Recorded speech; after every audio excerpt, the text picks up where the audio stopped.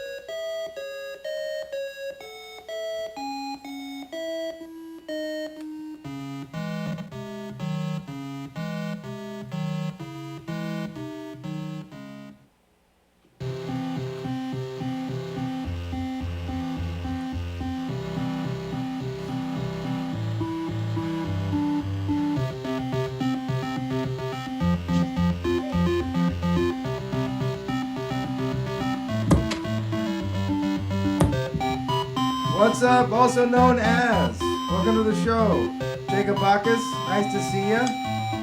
Gypsy Hustle. It's always great to have you here. It's finally Wednesday.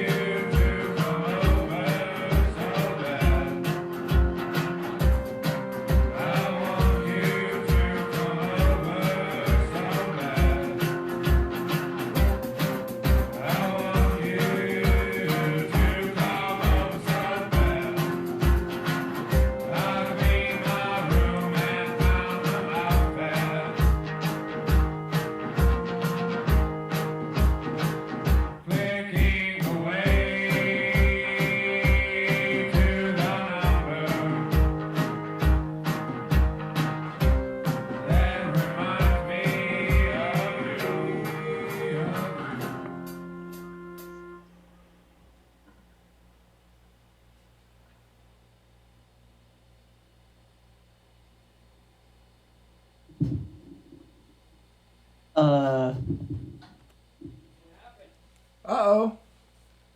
Oh, it's back. That was close.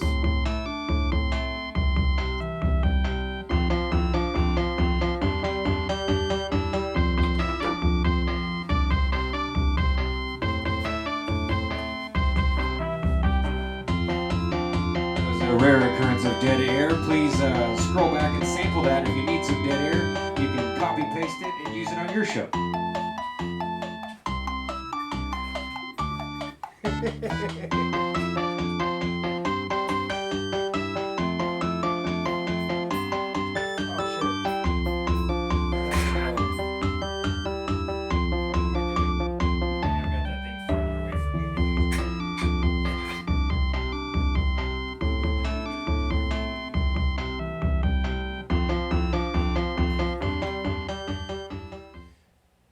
Now I've got PTSD of dead air. Yeah, that thing's gotta go. It's the last round we're gonna be seeing that thing. What? That horrible Jesus meme. It's gotta go. Yeah. Oh, today we've got 112 new memes, stuff from our Discord. 112 new 112 memes. new memes. This is a lot of them are fan memes. Oh, yeah, that's why. So if you made some memes and dropped them in the Discord, The fan appreciation is in the description. We had it in the title, but then we remembered New Zealand. Still pretty loud, isn't it? you want to turn down his Yeah, I'll go to the YouTube? YouTube. I'll do this one. Yeah. And I turned it way down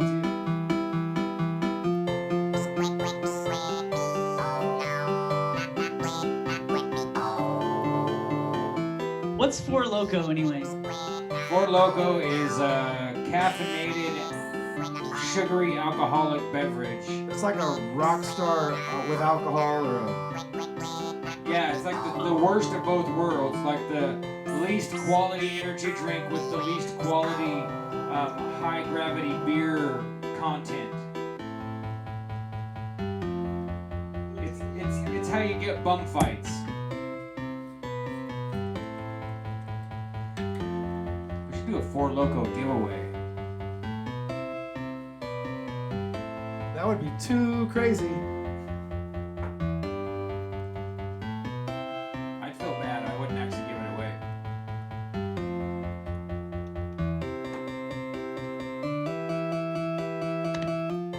Oh, check out the chat. That looks cool.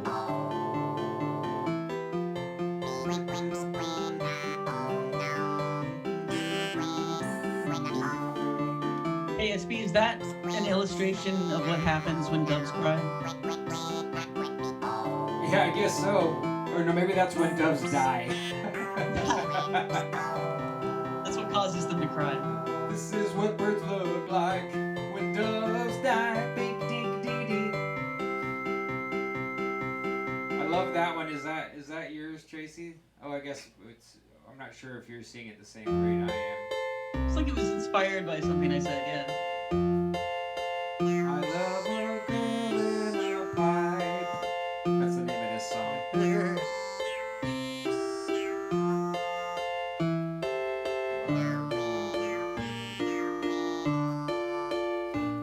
yeah, we should probably get the chat popped out, huh? I love a girl and she's stuck in a pipe. I bring her sandwiches every night. I have to update you guys on what Mr. Ratto looks like. I've taken like 20 pictures of him since then. Who? He's still on the ground, but they finally moved him to the side of the sidewalk. Mr. Ratto. Mr. Ratto. Ori, ori, ori, omi, origato, Mr. Riato. Not quite. You know, I could get some ink done and get a Mr. Ratto tat. You guys better get ready to take the lead tonight. I can feel that I'm just gonna screw everything up. You can just feel it. Just Oh, don't kidding. say that. I'm just kidding.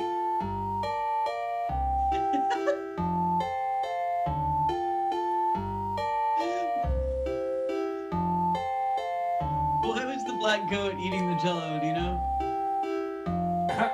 It's funny. I love it. Tracy's actually sitting here watching What? memes. The black goat eating the Jello. What was? Didn't you do that? No, that was Maros. In the I know, Discord. we need to do. Maros? That's one of the things we need to ask. We're gonna be requesting pronunciation of your Discord and/or chat names. So be ready to write phonetically and effectively, so that we can say your online handles out loud appropriately. Thank you. So get ready to come up with your phonetic pronunciations for things like Neros is how I say it in my head. Neros. Like Cuck Norris, for example, that's really easy to read. We're pretty sure how that one's pronounced. So yeah, if you guys want to check out these memes, they're available if you go down to the Discord. The link to the Discord is in the description, and there's a chat channel called Memes. And that's where these all came from. You can add to them, and maybe you'll see them on a future episode of RX Only Picture Show. Plus Ultra. I also archive a lot of the ones that you and I have made, you guys and me, or the ones that, you know, I know that people wouldn't mind me using. The ones that go around on some back channels. Yeah. Yeah, if you go to tracytwyman.com/plus ultra, there's a memes tab on the top, and you can go there and you'll see a whole bunch of them. That's one of the things that was tripping me out about those videos, is that guy was like, he was talking on public access TV back in the 90s, and he was describing the whole world as an Android meme before meme was popular at all, like we were talking now, you know. Like he was describing all of Earth as an Android meme, where we are Android memes. Trip. Who did I hear say this, you ask? Who did you hear say it? It was Bob Dobbs. The Bob Dobbs? A man claiming to be the Bob Dobbs. I thought that Bob Dobbs was mysterious. Yeah, I'm confused. Like, if this is a Mandela thing, somebody tell me, but in my subgenius experience, Bob Dobbs was never a guy that you could find talking. It was... Yeah. He's like always out giving haircuts to bums or something like that. Jacob Bacchus says, you are always more than welcome to put any of the memes I make or steal anywhere you want. Anywhere? That's what it says. I might take that too literally.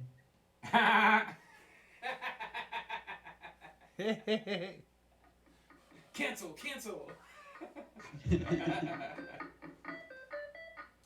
Yeah, I do have somewhere saved a little thing that you can post after you take someone's meme that just notifies them of meme acquisition, and it's all made like a proper badge. And it says, you know, it says, your meme was acquired, no further action is, you know, is expected of you. Take it as literally as you like. It prints out a little certificate that you can put in your wallet. Hold on, Snake Jones. We gotta get some clarification here. LMAI? Can you laugh your ass in? What? It can't really mean anything else, right? Laughing my ass in. It's a weight loss technique.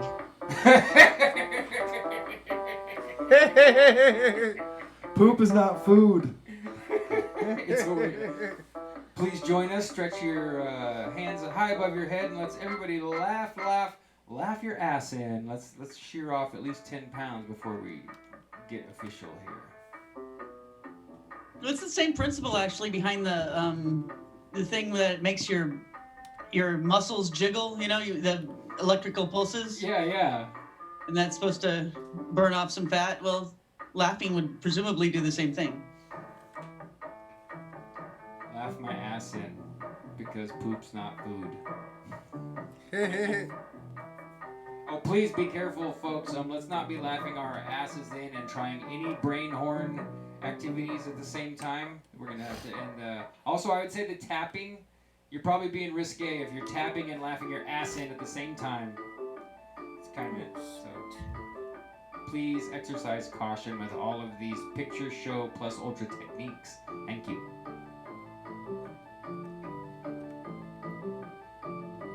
Was that R. Steve's in that other picture?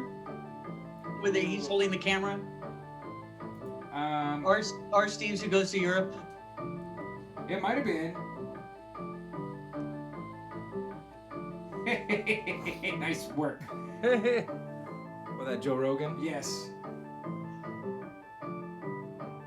We're all just sitting here enjoying our memes right now. Yeah, we're allowed to do that. There's no pressure. There's a lot of good There's ones. no in here. looming guest. Well, there is, but I mean, I don't know. Is the secret guest gonna make it or not? I don't remember if. Well, he's over there. He's working on other stuff while he's waiting to be on camera. You know. Well, we'll go. Oh, maybe we should. Maybe we should choose a song and finish it and move in here, huh? And I told him, well, I don't want to give away the secret, but I did something in your fridge. Here.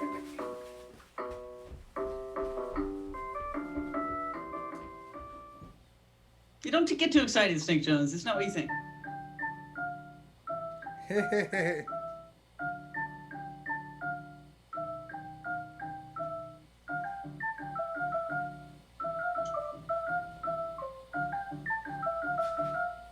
Yeah, that's right. The secret guest just threatened me that he might not come on if I'm not nice to him. So, Uh-oh. but I think he will. And he might be on here so briefly that if you look away, you'll miss it. So. Don't blink. Give people Yeah. something to do when it's a. Oh, there's a more recent Mr. Ratto, but he's way worse off now. We could get him. You want to get him? What's going on with this? My secret guest, he's right here. No, I meant Mr. Ratto. Get him? Well, I mean, what? Pick him up? Yeah. I've been practicing non-intervention so far. Just see what happens, you know? Because it took a month and a half before someone moved the dead rat from the middle of the sidewalk to the side. And I'm just wondering what's going to happen next. It's pretty crazy. Well, keep us posted. It's a I wrap. think it's just... We'll keep you all posted. 26 people here waiting for us to push the button go live so we can see us, our special guest. And what do? I'm eating string cheese, looking at me, talking about a dead rat. Woo! Welcome to Keep us composted.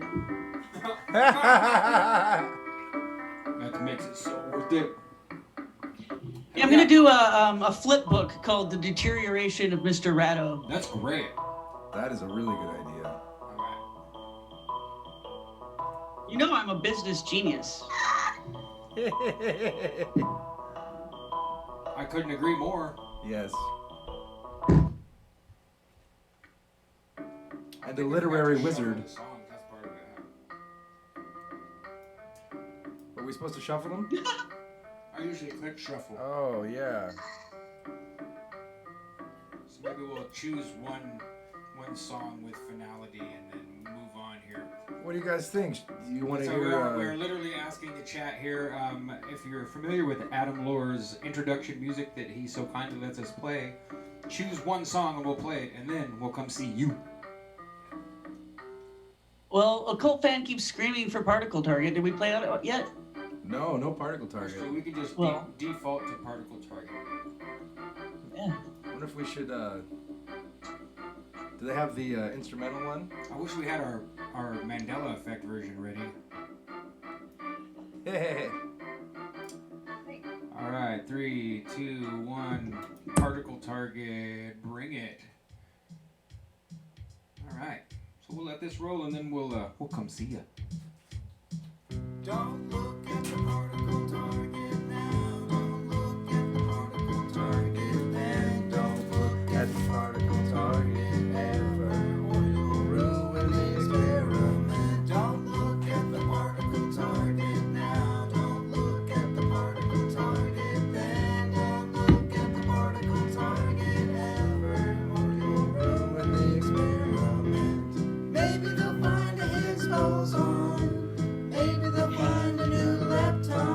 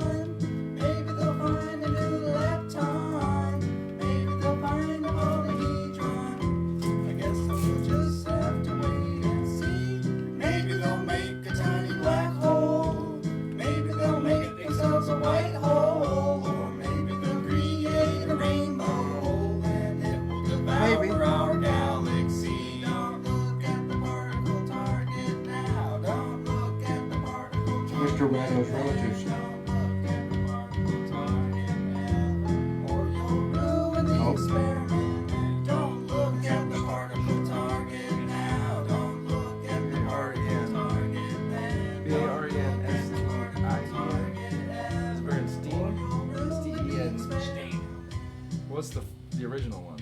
Steen. Stene. That's it. I'm pushing the button. Here we come. Woohoo! Ladies and gentlemen, welcome to RX Only Picture Show number 45, where we're going to cover some of Tracy's recent stuff and talk to the chat. And oh my gosh, look at that, Jem. Whoa! We have a special guest. Special mystery Yeah, guest. it looks like, is that Minianon? It's Minianon. Whoa. Let's try to see if we can make him a little bit bigger here. I like that. Please welcome this secret guest. And when I say secret, I mean it's a secret. Get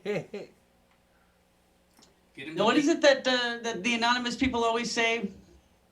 What is it they say? They always have this one thing they say. We do not forgive, we do not forget, expect us. Right? Okay. We do not forgive, we do not forget, expect us. Go ahead. Yeah?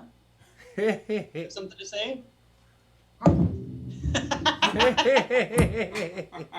All right, well, you have to expect the unexpected. Yep. That was great. That was Okay. awesome. Well, if he has anything else to add. He perfectly uses a mask just like he's at a masquerade. This mask is very heavy. It's made out of resin. It's very heavy, so it's uncomfortable to wear for too long, and it tends to fall off. So, but it's pretty cool looking. It looks great. It is cool. I love having Minianon. Minianon. Okay, that's fine. So anyway, what's new, guys? That's before you take it out of the box. New. No, number 45 is definitely new. That was a really bad pun. It took me a second, but I that would was good. apologize, but Yeah. I'm not sorry at all. See, I was really tempted to include Trump in the title just because it is episode number 45, but I didn't do it.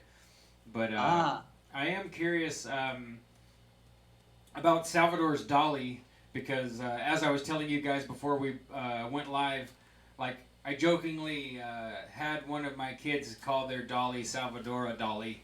So whatever connection there is to decapitated dolly heads, I'd love to get to that. Ooh. I want to reiterate now that we're here where you can see us, everyone in the chat, whether you're in the Discord or in the chat, if you have an interesting to pronounce name, we would like to get some clarification and have some fun, even sounding them out for you maybe. So, and plus maybe we can get some people to reveal their different facades. Who's who from YouTube to Discord? It's a mystery that I always try to solve in my head. You know. I wonder if you can get those phonetic marks to show up on your keyboard. I'm not really sure how to. You know, the like hyphens, and so you can sound something out phonetically, and they have the I'm sure you can, but we might have to go download a keyboard layout or something. That's a good to idea. do it. But yeah, I always try to figure out who's who, and I really think it's funny. It's a fun thing, folks, if you're brand new and you've never been here, or if you're sitting there, a lurker, kind of shy, tempted, but don't want to add software. Now's a great time to say, screw it, and do it anyway, and come join the Discord, because there's weird stuff going on over there. Like It's a lot of fun. Tracy, for example, she has a propensity to log in from different locations, and every time she does, it prompts her to give a new name, and so you have no idea. It's like being on that boss show where the boss hides, and you don't realize that he's the big boss and he's working right next to you at the factory line. That's exactly what our Discord is like, because you're sitting there chatting, and you're thinking, well, that can't be Tracy, and it probably is, because she's got like 5 names on the Discord. I'm really impressed with the Discord. I didn't think I would be, I don't know. I wasn't looking forward to having yet another place where people would be contacting me and that I'm, supposed to be going and checking out. And what I'm finding is that I just want to be there and I don't want to be in Twitter or Facebook or anything. And I don't know if other people are feeling that, but it's like I could just spend my whole day there. People are just having really fascinating conversations, Yeah, I would say that whatever it is, the three of us, me and you and Jem bring together, the type of people that it attracts congregating in one place is just, it's what I imagine it to be like when you went to someone's house and they had an awesome curiosity cabinet and a large family to talk about it, right? Like you got to stay over for the weekend and you get snowed in, and they say, well, we can open the curiosity cabinet, and out come the skulls and the preserved animals and the strange bone shapes and, you know, insects and poured into resin and magic wands and who knows what else is in the curiosity cabinet. Everyone starts telling stories. That's how the Discord is to me. It's like we have a panoply of people. Snakes with two heads. Yeah. The special guest is going to say au revoir now. Go ahead. Bye. All right. Au revoir. Adios. Come again next time. I know what we could do. If we get him a little separate amp from you that has effects on it, then he'll talk for you. That was a great exit. Elvis left the building. Yeah. Carry on. He actually stopped and looked back and waved and went out the door. That's great. Yeah. He's way into doing YouTube. He really wants to be a YouTuber. So we're working on that. It's something that kind of makes me nervous, but you know, you can't stop someone from their dream either. So I'm going along with it. Hopefully by the time it's a little further along and he wants to get serious, instead of YouTube, we could just be telling him, no, we're gonna send you live to about 10 platforms, but it's gonna be right here where you're standing. You know, it's gonna be on our own server. And folks, that's part of the reason we didn't try and squeeze in a guest or anything. Is this week we want to get back to a little bit of an update of what we've been doing, because we had a lot of big plans. What was it? 5 shows ago, we had a whole kind of thing where we talked about it, and I feel like we've moved forward a lot. You know, the Discord really is, it's like it was always there. You know, it doesn't seem like we never had a place where we could all meet. And Tracy has been in the process of making her website back like it was, where there's more social media functionality. So that's... I'll be right back, guys. Yeah, that's fine. Go right ahead. It's definitely fun in the chat. There's a lot in the Discord. I mean, there's a lot going on. But yeah, and Lots of great people. Sorry, Jim. Go ahead. Lots of great people. It's a Great completely ideas. eclectic group in the best way. I love it. I can't tell you people how much I really love and appreciate you all coming and hanging out in the Discord I made, because at the end of that one show I said I would, and now we've got like this clubhouse, like headquarters, you know. Everybody's so cool.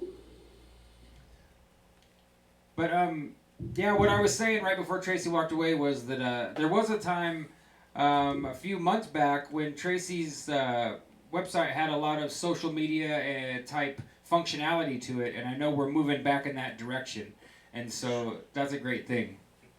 Yeah, I know. If some of you are confused about that too, I did add, like a few months ago, I had added back the function. There's a plugin basically on my website that should do that, but this time it didn't work very well, and you know, people couldn't edit their profile pics, things like that. There were just things that were going wrong, and so I uninstalled it, and I'm just waiting. We've got someone who's going to work with us to try to fix these things, and also we're actually moving to a new website, and we're just trying to do it as smoothly as possible so there's no interruption.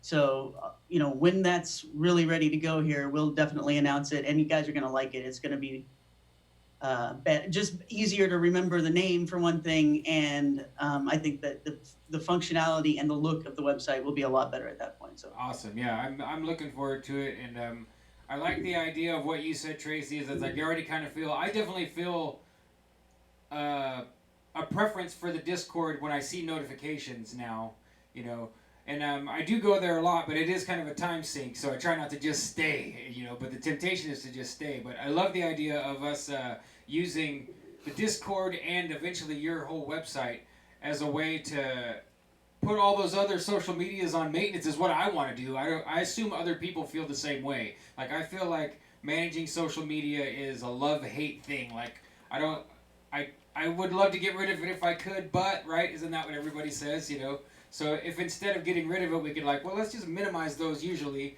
and I'll be over here on Tracy's site reading content or making it, and or in the Discord posting links, sharing memes. So that's, I'm excited to get that going.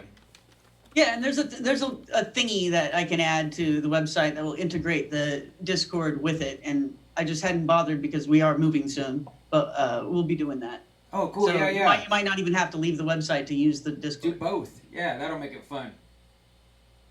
Yeah. So, speaking of your website, what's I haven't had a chance to go click and read. I am one of these audio's better a lot of the times. People, I know that you have. We have this on the internet, right? Some people prefer to read or have time to read, and then people like me, if I can put my headphones on, it's great. But it looked to me like both things you published were writing, right? Oh, yeah. I guess those are some of the most recent things I've done. Is let's see. Last week I think I put something up that was about surrealism and it was really kind of summarizing some things I said in Genuflect, which is of course a novel, but there's a lot of actual information in that novel, and so I was quoting it to show people what I've said about the confluence between surrealism, like the actual surrealist artists of the early 20th century, Right. and what they produced, and Mithraism, because it seems like some of them are very influenced by that, and then some other things. Well, I have to remember what was in that first article. I know But there it was was, some kind of a yeah, go moose update. I remember. I'm saying this just because I haven't had a chance to go look yet, so I don't mind you giving me the down low, straight up live, because it's like I won't go and click if I can't at least read a chunk. I know I've clicked before and it's like, oh my God, Tracy Twyman published like so much stuff, but I haven't even had a chance to do that because I haven't had like at least a half an hour to absorb it. So, okay, about this time last week, 2 weeks ago, really? Wow. 2 weeks ago, I published something, this is what I was describing, called Sadism, Surrealism, and Sinister Cults. So that's published March 13th, if you want to, scroll through the archives there or use the search function on the website, which is still, of course, tracytwyman.com/plus ultra, soon to be a much easier URL in the future. Anyway, sadism, surrealism, and sinister cults. And so, yeah, this is about the confluence. I mentioned Mithraism, but also the confluence between these things and actual sadism, that is the work of Marquis de Sade and the traditions, the concepts that he spawned, really had quite a lot of influence on the surrealist artists. So I quoted some stuff I had already written about that, about the murder of Pasolini, who's a guy that made a Italian film about, it was based on de Sade's 120 Days of Sodom, and then got murdered. And some people have suggested he got murdered by the P2 Lodge, which is it was kind of a Masonic lodge, but it was operating within the Vatican and within the banks that serve the Vatican. Yeah, And I've definitely heard of P2. Movement. You haven't, or you? No, I'm sorry. What did you say? You have, or you had? I have, but I think that was probably the most acute definition I've heard of it. That's a good way to describe it. You said it's a Masonic lodge that's operating inside the Vatican, right? And with banking connections. Yeah, and they had totally infiltrated. In the early 80s, they actually got in the newspapers it was a big scandal because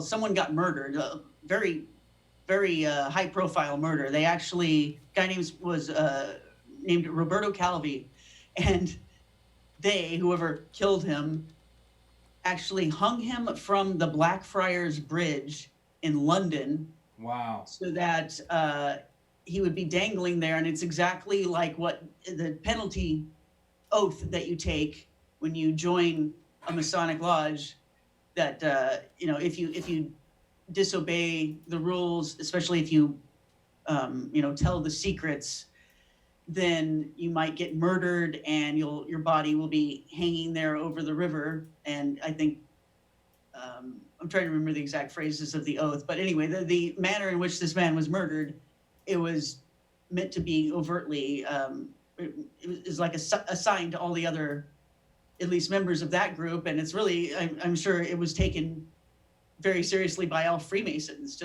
for them to realize, wow, people still do actually enforce the oaths. There were some high profile murders like that in the 1800s, and I don't think it had really gotten in the news again until the 1980s. So this P2 got in the news, for that, and it came out that they had totally infiltrated the banks, the Vatican Bank itself, and then a lot of the other banks that they were doing business with.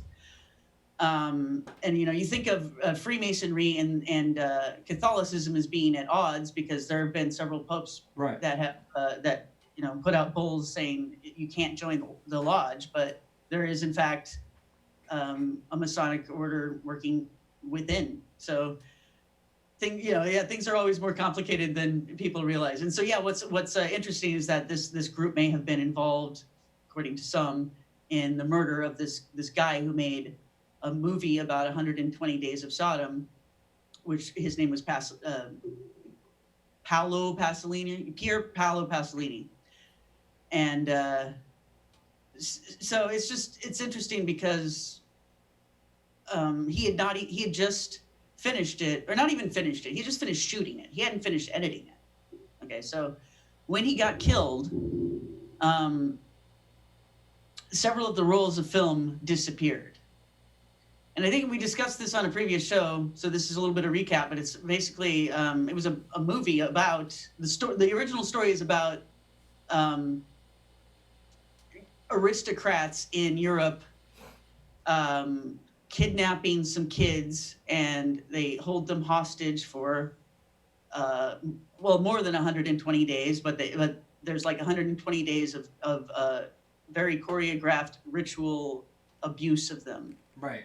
And then they finish them off at the end. I don't mind spoiling it for you because I don't think any of you are ever going to make it through this book. I haven't made it through it myself. I cannot read this thing. It's too horrible. But I've pieced through it, and I know what it says, and I know the basics. So anyway, Desaad made a book about that, and of course he was thrown in prison numerous times for supposedly unrelated things. Well, not entirely. Like sometimes he went to prison just for obscenity, and sometimes he went to prison for abusing prostitutes. And there's a variety of reasons why he got arrested and put in jail. But it does seem like you could imagine that this is kind of a dangerous revelation for him to put out, that this is what the elite get up to amongst themselves. And so anyway, he's being thrown in jail, and then Pasolini is being murdered for making a movie that's a kind of a modern adaptation, but still has the same revelation in it, that this is what the elite actually do. So sorry, I think you tried to interrupt a couple times, so I'm gonna let you go. No, Go you're ahead. fine. I guess my question is all that ties to this article. Like now I'm even more excited to read it because I need to just make some time and go read it. But it sounds like they could have punished him and used him as a powerful ritual sacrifice at the same time. Pasolini, you mean? Yeah. Well, so let me recap for people the manner of his death, okay? He was murdered by a underage male prostitute. And when they caught the guy and asked him why he did it, he said that Pasolini had, purchased his services, but then taken way too many liberties and actually, for instance, shoved a stick up his rear and injured him really bad, and did it even though the guy was protesting, please don't do that.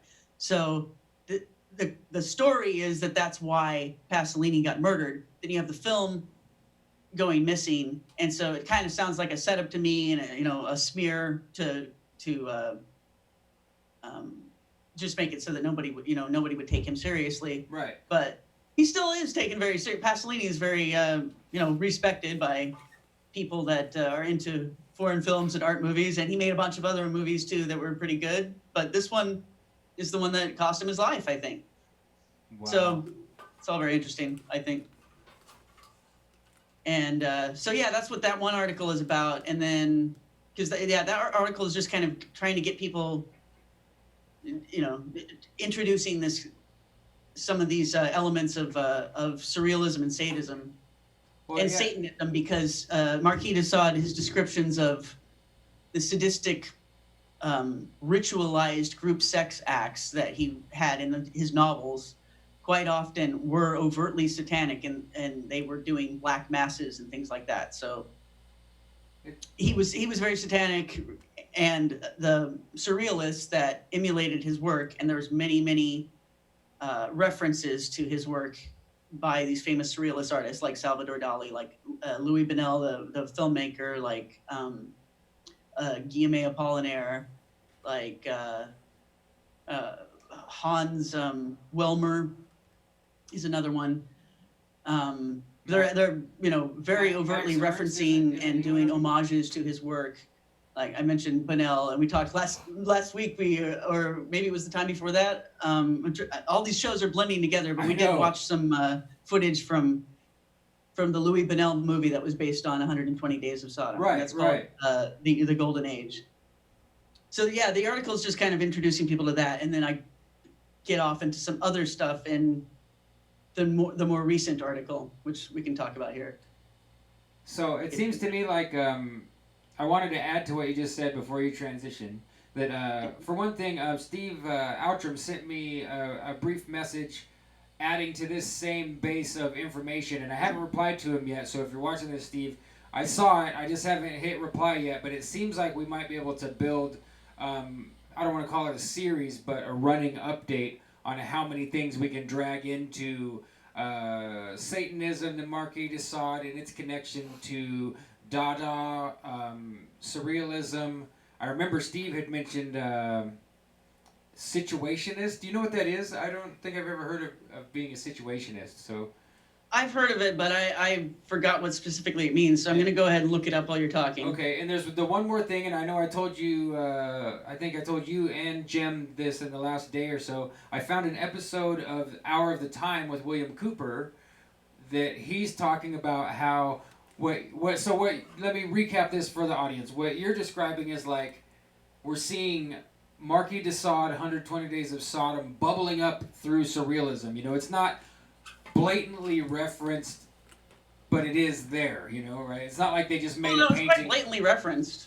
Was it too? So what William Cooper said then was that the Fulcanelli book is referenced, but that it's not, that it's more subtle. So to me, that's like the whole alchemical magical recipe. If you throw Fulcanelli in there too, they're doing you're seeing huge rites happening with the surreal and Dadaist movement. That, I mean, to me, apparently it worked, or it did something, Crowley's over on the rocks painting while they're kicking off Woodstock and all that kind of stuff. So, it seems like we're onto another pretty hot trail for interesting, high strange information, I always thought his paintings were kind of amateur-y. I mean, Crowley? Yeah, Crowley. Me too. his tarot deck is beautiful, but his artwork, as far as I've seen, is kind of a little bit amateur-y as far as art goes. I've been wondering if the term "eyes wide shut" comes from this one interview that Crowley did where he was talking about his art. And I'll try to find it for you sometime in the show when you guys are talking, and did you and I get have some time to look, situationist? but I'll tell you guys what I'm talking about. They use this term overtly. Go ahead. I just wondered if you got situationist, because I've been wondering what it is, and if not, it's okay. We can let it go and do something else. Is it Okay, so is it in a mural form? The eyes wide shut? no, it's not a piece of art. It's just that he used that term, or actually even I think the journalist who wrote the article used that term in, I think, the first paragraph of the article. The journalist had just interviewed this bizarre artist. I think he was living in New York at the time, and was just kind of tongue-in-cheek describing his art, and used the term "eyes wide shut" in it. So I'll find the context for you. But yeah, it was when Crowley was doing a series of paintings of what he said were dead souls, and some of them are pretty funny looking, actually. Obviously he had a pretty good sense of humor. So yeah, he's describing his dead souls art, and yeah, you can tell from the interview, like he even was saying, like, I've never had any training as an artist, and I'm not even trying. Yeah.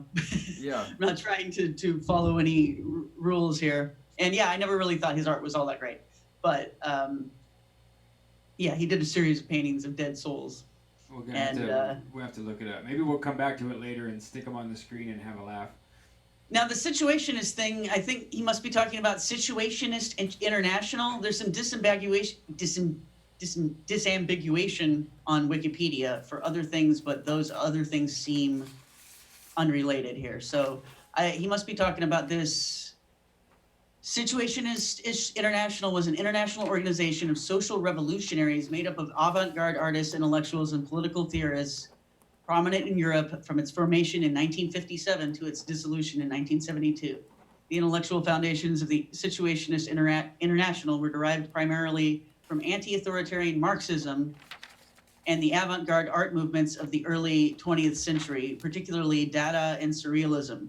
Now, I know that Louis Buñuel moved, I think, to Mexico, where there was this area of either, I think Mexico City, where all these, I didn't know they were called situationists, but people that fit exactly this description were all hanging out. And I know Marilyn Monroe actually spent some time over there, and they all seem to have been involved in, they knew the same mobsters that Frank Sinatra knew that were seemingly involved first in the plot to kill Fidel Castro, and then they got turned somehow, some of those mobsters, and they just decided instead to kill the president. And so anyway, these guys in this particular part of town there, and what I seem to recall was Mexico City, they must have been the same situationists, the same, because Louis Buñuel was one of them, and Trippy. it's interesting, yeah. Yeah. So what more did Outram have to say about them? Do you remember? I don't really remember. I've got this in the back of my head as something to, once again, to take. When I free up some time, I'm either gonna kick my feet up and read some damn Tracy Twyman on the internet, or I'm gonna get my finger out and start trying to do my own cumulative and correlative Google searches and see what pops up. Because that's how I always work. I'm a total random. I won't go just take one thing and be linear and try and trace every lead. I love people that do that. I'll bounce all over the place and try and throw a bunch of crap in a bucket and then come and dump it on the table like a crab feast. Like, what do we get? That's the way I do it. So. Okay. That's very Dadaist of you. Well, yeah, I mean, the reason I say it with a laugh is because, it's one more set of heroes we've got to hang up and first hang them on the wall, take a good look at them, scratch our heads, and be like, do we have to throw you guys in the garbage? Like, because my favorite artist since I was a kid is Dolly. Salvador Dolly was the guy that, wow, I've never seen anything like that. Like the disappearing and reappearing bust of Voltaire and those similar Narcissus paintings. is one of my favorites. Yeah, I mean, pictures that have things in them. You're standing right in front of it, it's one thing. You back up 3 feet, it's another thing. And you back up 30 feet, and it's yet another thing. And it's all by design through the paranoid method. I was obsessed with all this stuff. I mean, of course, so But what a strange dude. Yeah, I mean, I always admired Dolly, but I never felt that kindred spirit. Like, I would want him to be my brother or my uncle or something. He's like weird dude. Yeah, definitely. None of these guys, I think, would you want to hang out with or date or be related to. So, but you could say that about so many people. That made me imagine me and Dolly going on a formal date, me standing there nervous, with my gown on. Shaving your face with razor blades so they bleed, and then having a picnic. Well, did I mention it last time, and then we'll move on here? Did I mention that there's a picture of him sitting with Giger in like a sculpture garden when Dolly's very old? He's wearing like a white robe, and it's a young H.R. Giger. So, to me, that's just one more. That's a pretty big smudge on your record as far as being affiliated with Satanists, because Giger wasn't messing around. Yeah, well, yeah, you did mention that. In fact, you showed us the. Oh, okay, yeah, I remember now. A couple weeks ago, I think. But yeah, well, what's the other guy? Okay, Duchamp. I don't remember if it was Duchamp or Man Ray. I think it was Man Ray. I'm gonna look it up now. But he he had this. We mentioned it last time we were talking about this. We mentioned how he had this. What he called an homage to Desaad on the cover of his copy of 120 Days of Sodom, and you're looking through an inverted cross, so a satanic cross, and you're looking through that to the rear end of a, pubescent young man. Like it looked to me like, I mean, just guessing, but maybe a 12, 13-year-old boy. Yeah. No, yeah, I remember now. The whole thing's coming back to me now that I want to see where all this stuff goes. I'm very curious to. I'm to the point too where I'm okay with tossing my idols to the wind. Like if I decide I can't really appreciate Dolly anymore and I don't want to look at his pictures, that's okay. I feel like that's a necessary part of this kind of searching and tying connections together. Like 2 years ago or something, I remember seeing an ad for. It wasn't an ad, but it was like an announcement that like 3 of the biggest rock stars of my own personal preference, like it was like Robert Plant and 2 other guys in that same kind of category. They're all coming out strong and doing their presser about global warming, and I'm just like, sheesh. Like, yeah, whatever, you guys. Like, anyway, that's not even a commentary. They're messing with the weather. I think it's pretty obvious. So, to me, it's just like, oh, you guys don't. Where's the part where you stand up and be a person and like freak out, be honest, level with everybody, not like, oh, it says the billionaires say the weather, boy, that's a big problem. We better all do something, guys. Protect the earth from warming. Yeah. So I kind of chalked him up in my mind, and I've kind of been practicing that process since. That it's like, I don't really have to appreciate all these famous people as much as we always have. You don't have to completely chalk them up either. It's not like I turned Led Zeppelin off on the radio or something now. Yeah, I think this is actually something that gets used against us. It's a natural and good instinct that y'all want to integrate everything that you like, that you care about, that you believe in, so that it all is very, comprehensive. Like everything works together. If you have a certain moral stance, for instance, then it's natural to feel uncomfortable liking the work of somebody that does not have that moral stance or is pushing your boundaries. And it's natural to even feel bad, which is what you're describing. Like if you like a certain piece of artwork and then you find out what the real meaning of it is, to be like, oh, gross, afterwards. Yeah. But at the same time, I think that that's, for me at least, it's like I try not to even get into that. It's like I have morality, but I kind of don't let that get in the way of appreciating art or understanding history and understanding the people that have made history. It's I don't know. I understand what you're saying. Do we have to toss our idols aside? But I guess because I haven't had very many idols, I'm interested in things, but I don't ever elevate anyone to that position in the first place. So I don't feel too bad when I find out the truth about them either. Yeah. Well, I think that's a healthy attitude. You can enjoy art that's surreal and beautiful, and then you find out that it's it's pushing cultural inversion, and you find out later, but you can still enjoy it even though it's not. I don't know.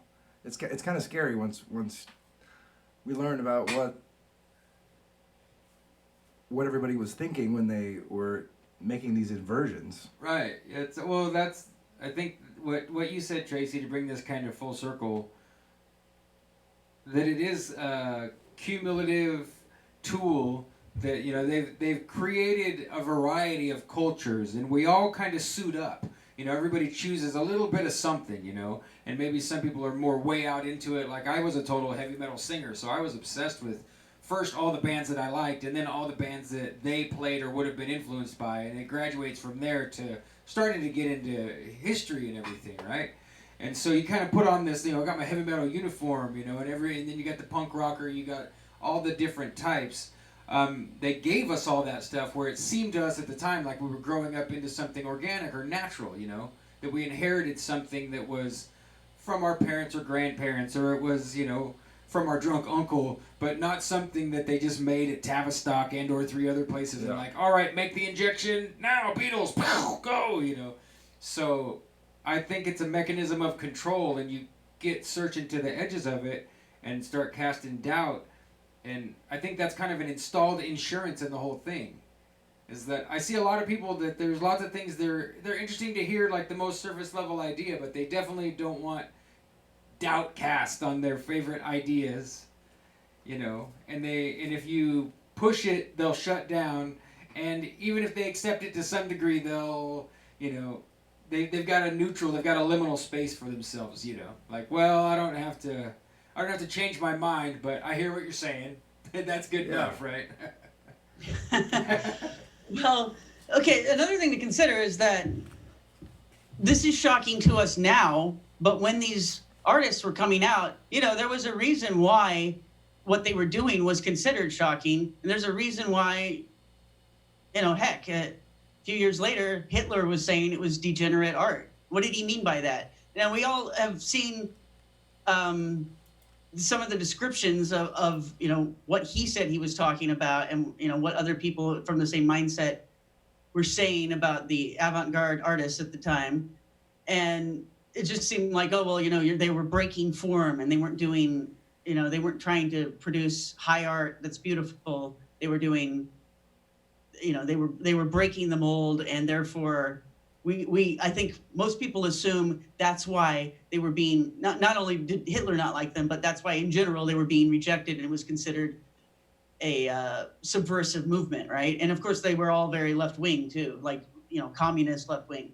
But it's just not brought up in art class anymore, or it's not thrown in your face. You know, I have not seen this picture of the inverted cross with the boy's butt in art class, and I've, you know, I learned about all these artists in college and stuff, but they didn't tell us this stuff. They didn't tell us how dark it really was, and the reason why it was being so severely reacted against. But now I know, now I understand, and I even watched this movie, The Golden Age, in college. And I didn't know what it was about. I thought it was boring. I fell asleep in class. But it's just silent films have that effect on me in general. But it was only when I came back to research it, because I finally had figured out what it was really about. I was like, really? That movie that I had seen that, you know, seemed just really weird in the beginning and then really boring for the last half. I couldn't follow it. I didn't know what was going on. It was actually about 120 Days of Sodom. I didn't pick that up at the time, so I rewatched it, and now I understand. And so here, I'm going to show you something relevant. Cool. I always love it when someone says, I'm going to show you something, and they rush off to grab something and come back. It's like the feeling of show and tell when you're a kid. Oh, yeah. Oh, yeah. They're reaching in their pocket. What they bring. I want to know. So, this is actually the closing shot of. Here, I'm gonna switch it. I'm gonna switch over to, you got the full screen there now. So. Okay. So those are the scalps of. Okay, in their version of the movie, it was several women who were trapped inside a castle and abused, and I don't think they show all of that, but they allude to it. Is it the movie is really for people that have already read the 120 Days of Sodom, or it's like you would only understand it if you had already read it. Right. But the thing is that it hadn't been published then, so no one had read it except this small cadre of artists who were passing around copies to each other. And I told you guys last time that it was actually de Sade's heirs, the Noailles family, that had financed that movie, and a lot of what Bonnell and Dolly had done, and also Jean Cocteau, and also Apollinaire, and a lot of these other guys. And I think that they had a movement called the Golden Section. So that would be why this movie is called The Golden Age. They're like proclaiming that this is our age. Right. And so anyway, the other thing I was going to show you, just to make the point of that people back then knew exactly how subversive this was. Okay, so this is let's see here. I'm gonna switch you back one more time here.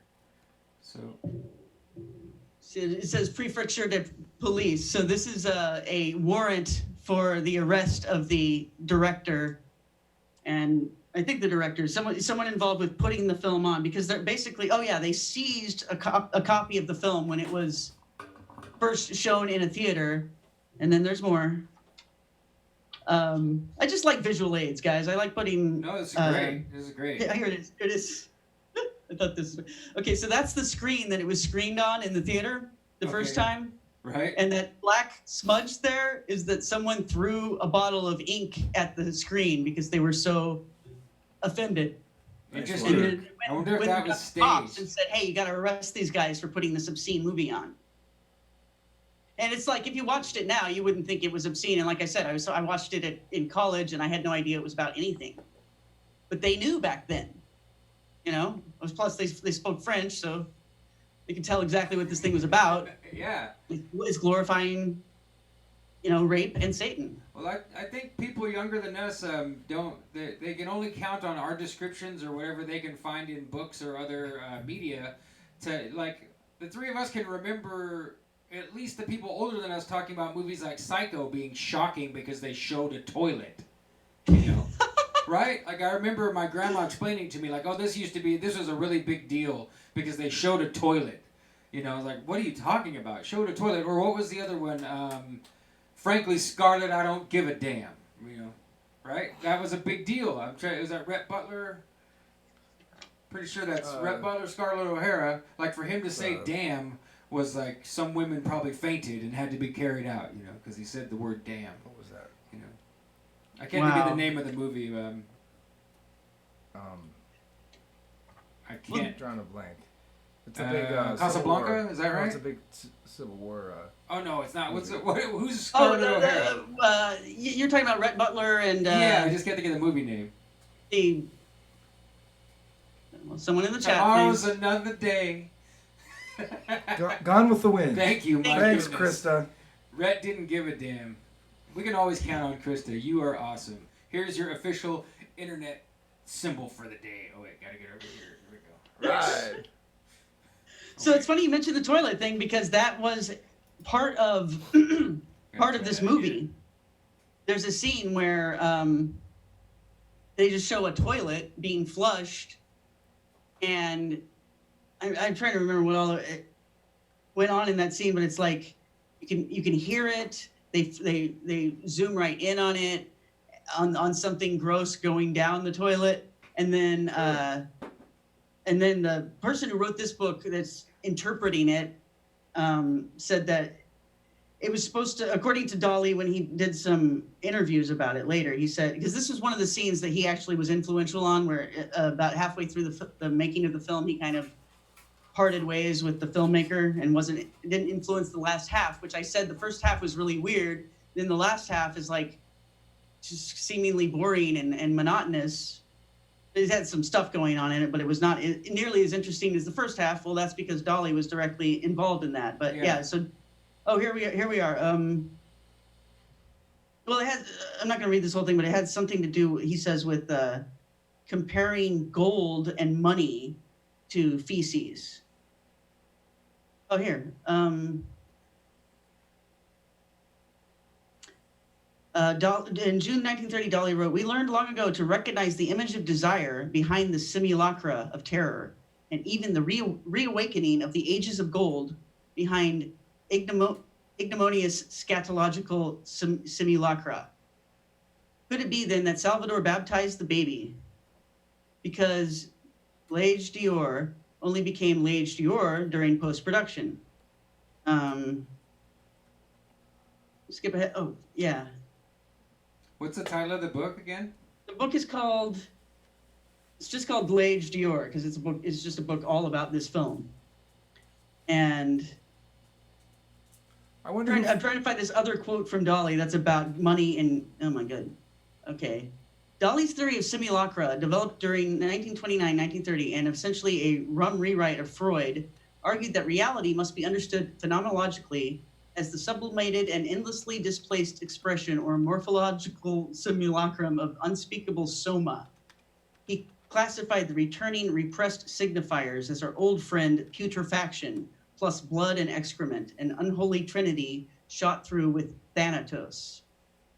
Wow. Will you read that for us one more time? Thanatos, that's the god of hell or death or something, isn't it? Yeah. Because, check it out. Yeah?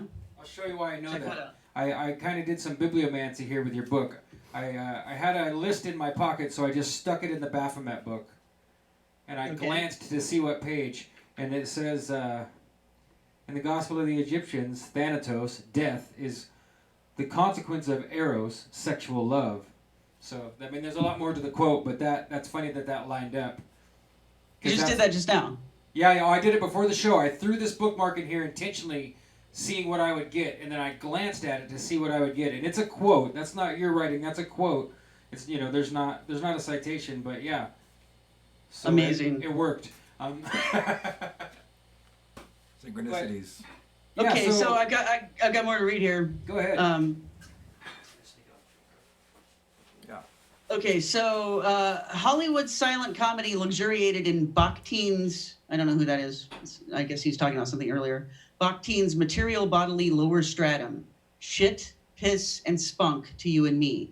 There are endless examples of victims covered in mud, paint, tar, eggs, feathers. Conversant with Freudian libido theory, Benel and Dolly consciously used the oral, anal, and phallic as the armature of their movie. Any critic tempted to traduce is psychoanalytically is simply reading what is already written there. I'm going to let you go ahead and make a comment because it makes me wonder who paid for the movie. You know, the Noailles family. The Noailles That's family. The heirs of Desaad. Oh wow. Yeah, and they're the ones that they had the role of the papers that he had written in prison that 120 days is on. So, like I said, no one else had this book except this family and their friends who were these artists. So, this is they were attacking society with this really toxic It was a long-term plan. It's like what one of my friends, George Petros, calls artistic or aesthetic terrorism. It's like aesthetic terrorism. Yeah. What Desaad had come up with, and then he hid it, or it got rolled up and put in a box basically for generations, and then it got opened up at the beginning of the 20th century, and this family that had it made copies for their friends and then paid them to make movies and artwork based on it. So I think that's aesthetic terrorism directly from the Noailles family. Yeah. Pornographic continuing what aesthetic Desaad did. terrorism. Exactly. Pornographic aesthetic terrorism. And I want to point out that in that Cooper broadcast about the Fulcanelli book, what he said was there was only 300 copies of the book published and nobody knew about it. So I'm seeing that as another parallel, that you've got the weaponized lust is what it is. It's completely lust gone berserker, right? That's what 120 Days of Sodom is. It's like indulging in lust far above and beyond what most people could fathom and imagine, like to the worst. And then, yeah, go ahead. alchemy parallel to that as like, okay, and we're going to bring out the secrets of alchemy. We're going to combine them together. It's like they're making the world's biggest moonchild homunculus. They're artistic, cultural. We're all giving birth to it, not a victim. Manipulation. Yeah. Yes. Well, okay, so everything that is hinted at in alchemical works from the Middle Ages and even earlier, they are telling you that you can do something magical and transform certain substances into something valuable. And they always seem to be implying, for one thing, that the prima materia that you're going to transfer and turn into gold is feces and urine and sperm. That you're going to use those as what you're working with, and also the bodies of your victims. So I mean, they're describing in these alchemical works, sacrificing people, invoking planetary deities into them, and sacrificing them, chopping them up, and doing very specific things with their body parts. And that's what Desaad's book was about.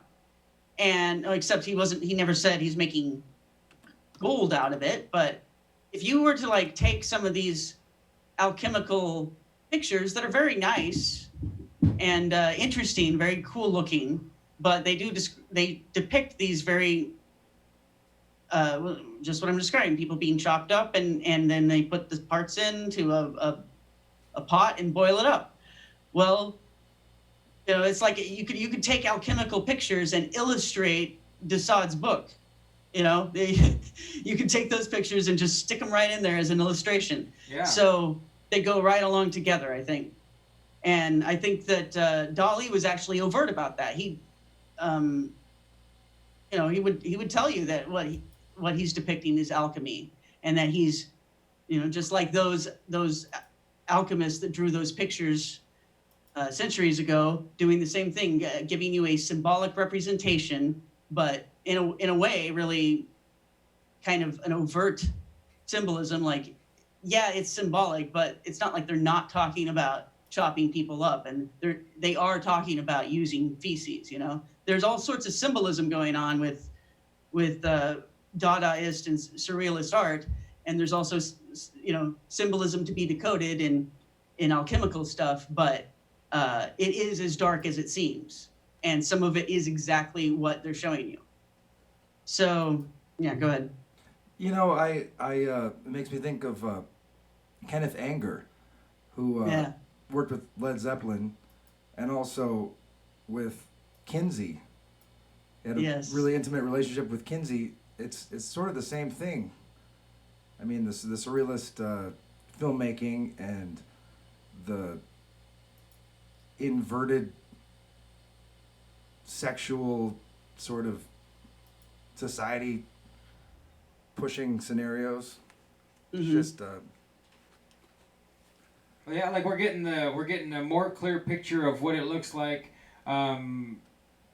slightly behind the scenes, maybe not all the way back up to being in the banker's office, but we've got the people who are out in front promoting or creating, and then you've always got the person who's pulling the strings, and then the situation that we just described plus what Jim said. It's like, oh, and then don't forget to have if you're going to have a complete setup, you got to have a Satanist standing right back behind the scenes, that someone who's completely steeped in black occultism, and then we can pull the whole thing off. That's what it seems like we're finding. And then legitimize it with, Kinsey being pushed as psychiatry and, actual science. Sort of. I remember being in sex education in college, or, not sex education, it is, but it's human sexuality, right? Yeah. And, I was raised in a very open family. We were still Christians, but not super maximum conservative, My mom, had a friend who was playing in the Rocky Horror Picture Show when I was a little kid, so I remember going to the theater with her to see it, and so we were pretty open-minded, but I was still shocked by the nature of the research in college. Like, oh my gosh. Then you come to find later, because I was shocked, including the idea that I had some kind of presumed respect for Kinsey and whoever else might be doing the work. And then you come to find out later, it's like, not only is that not true, it's like the worst you could possibly imagine. It's like this a guy's pedophilic agenda. Yeah, exactly. Sanctioned to abuse children as a part of a scientific experiment and never held accountable in any way, And yeah, he like Kenneth Anger, very influenced by Aleister Crowley, took a pilgrimage to the Abbey of Thelema in Spain. There's pictures of Kinsey's office with a picture of Crowley right in the background. So I have a feeling that Crowley was a secret contributor to Kinsey's work. There was a guy that had a lot of experience with pedophilia, and I think Kinsey called him like King Rex or something like that. And Oh wow. I just have a gut feeling that maybe that was Crowley, helping him out with some research. Yeah. Well, there was. You're talking about the guy that. Yeah, had all the ledger of Yes. things that he had done to kids. Yeah, and he had like a code name. Yeah, and he shows this to Kinsey and is like, "Hey, look at what I got." And Kinsey's like, "Oh, great, give me some more." Yeah, exactly. I'll give you money. Here you go. Absolutely. Yeah. So maybe it was him. How does this tie into Minnie's Moose? Oh, does it tie in? Let's see. Well, sure it does, but I just know that was one of your other titles. I know that's another thing I'm waiting to get to when I can read, is that there's more information about Minnie's Moose. So yeah, then I put out a video about Minnie's Moose, which I mean it's the 4th installment of the series Minnie's Moose, and this one talks about the Rosemary's Baby and how it caused Frank Sinatra's marriage to Mia Farrow to fall apart, but also just some of the things I've already talked about in the show in past episodes where we talked about how Rosemary's Baby might be a metaphor really for what what Polanski knew that Frank Sinatra had done to other people, the way he was treating Mia, and what he also probably, it seems, was involved in, which was raping Marilyn Monroe right before she died, and trying to blackmail her because he had videotaped it. So, so I put that out, and I'd love to talk about that more. But since we were talking about the surrealist stuff, I'd like to transition. Just describe briefly the new article that came out yesterday. Its title is John Podesta, the New Zealand Shooter and the Zodiac Killer. Because in this article, I'm analyzing the work of Marcel Duchamp and showing how it influenced and is referenced directly by the Zodiac Killer in the notes that he sent to newspapers, the taunting coded notes and clues that he left. And then, it's definitely, he's referencing these works by Duchamp that are showing the dismembered bodies of women and the specific way in which they're dismembered and displayed. There's also another artist doing this called Hans Bellmer, and his work is in the article. But specifically with Duchamp, he is actually suspected by some people of being the person that killed Black Dahlia. And like, if he wasn't the person holding the knife, he knew the person that did it or was maybe involved in standing around with them. I mean, I wouldn't doubt if it was more than one person, right? And then the year before that happened, the woman's body was discovered. That's when he started making this installation piece that's still in museums. But he worked on it for like 20 years. So when he finally finished it, I think Jim's trying to find it. What? So, yeah. What's it called? It's called, okay. And actually, if you should try to go to the website and look at the article and then scroll down towards the bottom, really, because that's where you get into that stuff. And what you're going to find I'm sorry, guys, but I did include the picture of Black Dahlia, the murder victim. No, this is great. What I'm talking about.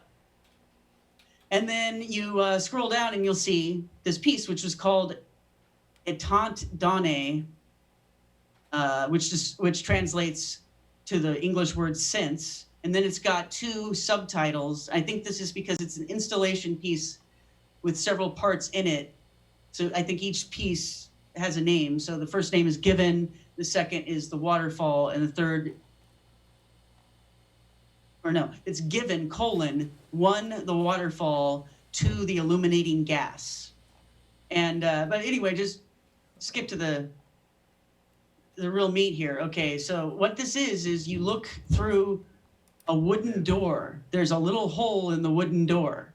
And when you look through the hole, you see this woman lying dead and naked and displayed in a manner that looks very similar to the Black Dahlia. Now, this woman isn't just dismembered in this one, but in some of the other pieces, I have them all there in the article, or a lot of them anyway, definitely looks like Black Dahlia. But this, so, she's not dismembered like Black Dahlia, but she is displayed in the same position that the body parts were displayed in, or very similar.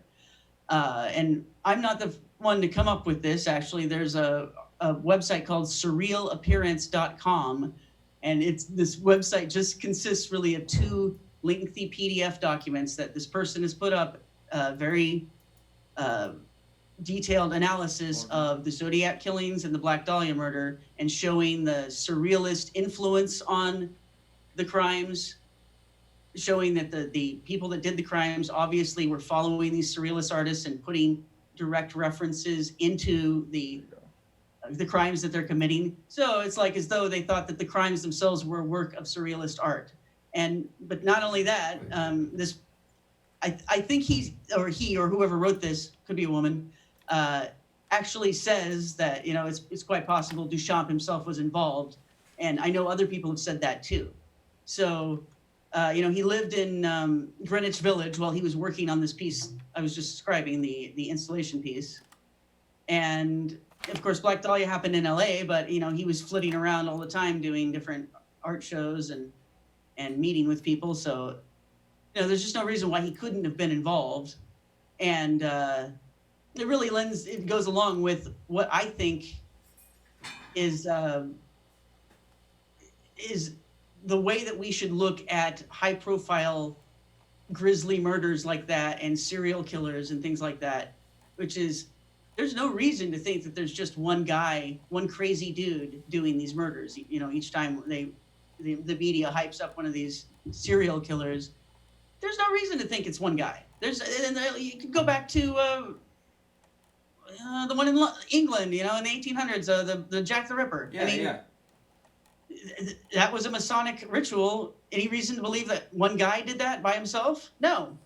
No, yeah, it's always to me, that's the big lie that they have to tell with all this kind of crap, right? It's like, they're always going with, the single shooter, it's a serial killer, the worst ever, but it's always just one deranged individual, one really crazy, really scary person, but definitely not a conspiracy of psychopaths. That's not it. That you're stupid if you think that. When you look into it, that's what it seems like almost all of it is. And maybe serial killers don't even exist. They're just a front. It's just a big front, it seems like. Yes, absolutely. And yes, they're doing occult rituals. But the purpose is, the effect happens when the media covers it and when it becomes part of the collective psyche.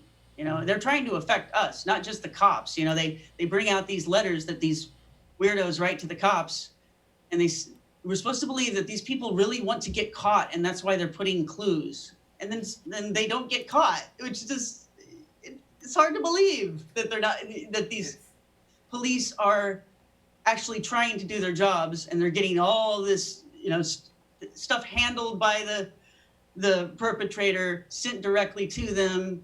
And all of this information that should be able to trace it. So many of these guys should have been caught earlier. And when a lot of times when you read the stories of like Zodiac and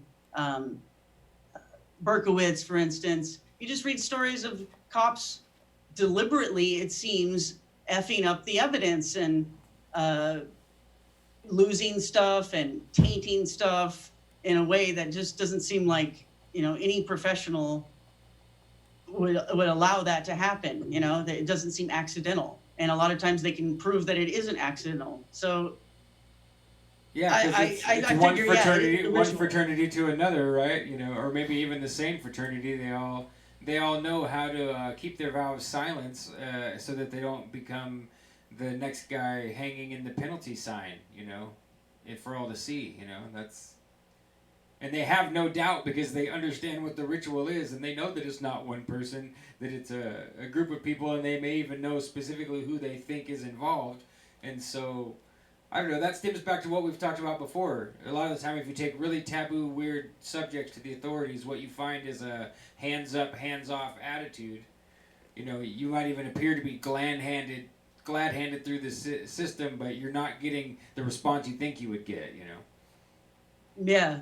So the other sort of shocking claim I put forward, I'm not saying this is what I think. I'm saying, hey, look at these and maybe this could be something here, is the real reason why I put this article out right now when I did, because I've had the stuff about Black Dahlia and Marcel Duchamp for 2 years now, and just, you know, didn't want to have to explain it. I had so many other things I was working on. But I decided to put this out now because QAnon just put out something a few days ago showing that the fish and the 14 that are written on John Podesta's hands in that one picture that's associated with Pizzagate now. A lot of people think that there's a secret symbol, a secret message there. And, you know, I've decoded it. Several others have decoded it as, you know, it's pretty obvious what it is if you were to take it that way, that it's referring to the Osiris myth, and the fact that myth talks about Osiris being chopped up into 14 pieces, and one of the Isis puts them all together and resurrects him, but his penis is missing because that's the 13 out of the 14 pieces got found, but one of them's missing because the fish ate it. So that's why he's got 14 and the fish on his hands. And just so happens that a rune symbol that's, I recognize it, it's the dag rune, which actually does mean fish, is on the New Zealand killer's rifle, and then on the other side of, it's like in between the handles, so like on the equal opposite side of, to one of the other handles of this rifle, there's the number 14. So he's got all sorts of things written on this rifle, but those two things, this is what QAnon points out, they're, right and left positioned to be in the same position as the symbols on John Podesta's hands. So, if QAnon says it, then I'm not saying I believe it, but it's being put out there for some reason, right? We're meant to think about this for some reason. So I looked at it and I just decided to look further, because I remembered, okay, this is one of the things that I was thinking of talking about 2 years ago, but I thought, well, this is just going to take too much explanation. But I noticed when I was looking at one of the cards that the Zodiac Killer had sent to the San Francisco Chronicle, which is a Halloween card, and he's altered it. It's like a greeting card, but he's put some other stuff on it. It was a mass-produced card he found, and then he altered it to have these secret messages, which really have never been explained. But so here's what's in it, okay? There's a skeleton on the front, and if you want to show the pictures, I think that'd be helpful, actually. We were getting there. I'm finally just catching up, and so I think the picture there on the right, Jim, is what you're talking about, the one with the hand. Yeah, I gotta go back to the... Here we go. Do you want to look at Podesta? I wouldn't do that. I think No, you want to go down and to like a third of the way, maybe, or a fourth of the way down the article. To the card? To the card, yeah. Because I'll show the front and back, and then the inside of the card, right? So let's go over the front first. Let me see. Let's see what you got there when you get it. You want us to screen share for you too, real quick here, Tracy? I don't care if you look at me. I'm just going to show. I want people to be able to see what I'm talking about. There you go. Oh yeah, I see what you're saying. Yes, thank you. I can see it just fine. Thanks. Okay. Should I? Okay, so you see there. Okay, the pumpkin there has been added to cover his pelvis, which is significant. I explain. It has to do with the sacrum bone, which is something I've made a big deal about before in my writings. It's kind of like it's the keystone of the human body, and it seems to be referenced in Masonic stuff, but we'll get to that in a little bit. The main thing is, look, he's got the number 14 on his hand. I feel it in my bones, you ache to know my name, and so I'll clue you in. And then, if you don't mind, scroll down to the inside of the card. It's the next picture down.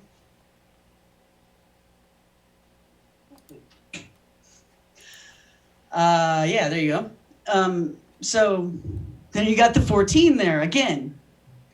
14. Yeah. That's yeah, written, and so- that's written yeah, sorry. really weird. 14. Okay. So when I had first started writing 2 years ago about the symbols on John Podesta's hands, I got tons of troll kind of comments that just pissed me off, and I started deleting them after I responded to it a couple of times. Then I realized this is just part of the troll game, because I was getting tons of troll comments that were like just dismissing the whole thing and, oh, you're making a big deal out of nothing, right? Right. And then these other troll comments were like, oh, well, you're overreading it. Yeah, you know, there's a message there, but the message is fishing for teens, as though Podesta is like doing this with the symbols on his hands, saying, hey, I need a date tonight. Someone help me out. And that he wants to date a teen. And at the time, I just thought, well, that's silly, because he can get, you know, get whatever he wants. He doesn't need to flash a symbol, and I don't think that's how you do the secret child prostitute order, by doing that. And then I think that from what we could tell, you know, he wasn't teens weren't his particular interest. That's not what those emails that WikiLeaks put out were saying. They were looking for kids at the hot tub at the vineyard. You know, they were talking about like 4 to 8-year-old kids. And there's even a recording of someone that it's been purported this might be John Podesta. It's the voice is similar, and he's like berating some child that sounds like he's about 3 or 4 years old, and trying to force him to sing the Caillou song. I don't know if you know what that show is, but Yes, I do. oh my God. Okay, so he's forcing this kid to sing the Caillou song and saying, "I'm your daddy now. I'm your daddy now." I don't know if it was really John Podesta, Yeah. but I never did click on that, so I've never heard it. But I know it went around and around. It stuck around. People posting it for a long time. It's only just now died off. But I never clicked on it because I just didn't want to hear it. You know, I could read the description. So yeah. So anyway, I was just like thinking, you know, he's not fishing for teens, you know. No. But so then it pops out at me. Then I look at the Zodiac card and it says 4-TEEN, like they're emphasizing that somehow. Now the Zodiac Killer, several of his victims were teenagers, and so that might be a reference to the number of teenagers that he had killed at that time. But it definitely, you know, that to me, again, was like, okay, this is just linking up with Podesta again somehow. But then here's the really interesting part where I think this links up with what I was just telling you about Black Dahlia and the Duchamp piece. Because you see here the eyes looking through the wood. And there's actually 13 of them. So, and then you can see their little crescents. I don't even know if I got around to mentioning this in the article. I should have. So they're moons, you know? And I talk about how in like ancient Greek myth, they have the story of, you know, Uranus being castrated by Saturn. And it seems kind of implied that it's the sickle of the moon. The sickle of the moon represents the sickle that Saturn used to do that castration. It's the thing that separates heaven from earth. And so that's, you know, it's significant here. Like there's 13 moons. 13 is the lunar number, really. right. There's 13 lunar cycles in a year, usually, or sometimes 14. I mean, you know, I don't want to overwhelm you guys or the audience. So, like, if you want to look at the article, I'll get deeper into the meaning of that. And it's interesting, like, when he mailed this card to the San Francisco Chronicle, the stamp he chose to use had the so-called Earthrise picture on it from Apollo 8, where they had taken a picture from the moon of the Earth. Oh yeah! Oh, wow. And so it's, and I show that, I think, yeah, he's scrolling down. Yeah, I think I show that. It's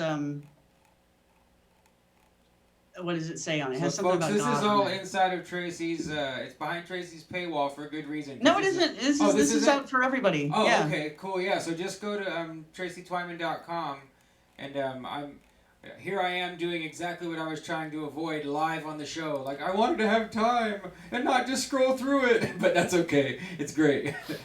It's making me really tempted to read it all. So.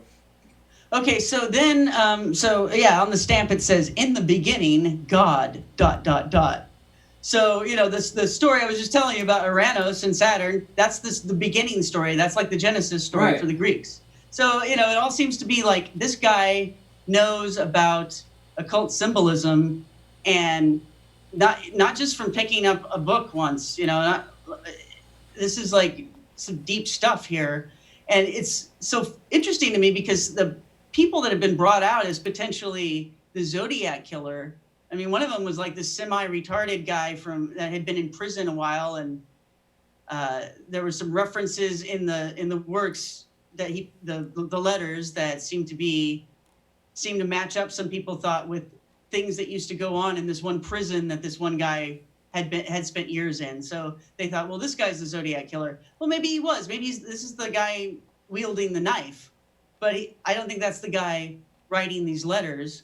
And just like with Berkowitz, there's misspellings in these letters that people are actually thinking, oh, that means he's stupid. And it's like, wait a minute, it's full of all these codes. How is it the misspelling? Don't we have to assume that it's a code? So when he says if you want to go back up to the card here, to the Halloween card, do you mind? Oh yeah. What was I saying? I'm gonna tell you guys a secret real quick while we're waiting for Jim. We added a keyboard and a mouse, so if you're seeing it a little bit different, Jim have it now, so we both have a live keyboard and mouse, so we can share the responsibility.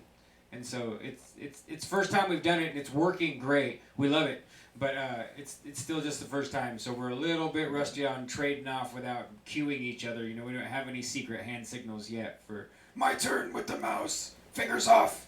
So, so here we're back to the card. Here's the inside. We are back to the card. Yeah. Okay, I'm not seeing it yet, but we're on the inside. There. Okay, I see it. Okay. What was I about to say about it? Misspellings. Hold on. Actually, don't look at the insides. Go up to the outside for a minute. Okay. So we can look at the back. Go back down. Where just scroll right above the one that you were looking at. Oh, there it is. Okay, so you see he's made this cross. Actually, come to think of it, it kind of looks like the way that tarot sometimes is laid out. Like there's. It does, yeah. Tell me if I'm wrong, but. No, I know what you're talking about. Yeah. But okay, so the misspelling there is supposedly is misspelling paradise. But if you think about it, okay. Dice is, what it means to cut up something into small squares, and then, so you're cutting up flesh. And then also, dice have dots on them, and if you look at the front of the card, there's these strange dots on it. So I think that might be a clue. I'm not saying I have the answer to what it means, but that might be a clue. And then if you go back up to the back of the card again, please. Sorry to make you do this, Jim. Yeah. Oh no worries. No problem. Okay, so I'm having a blast. The other thing you'll notice is that the N in knife is turned backwards. And this one? Sorry? That's the inside. You want the back?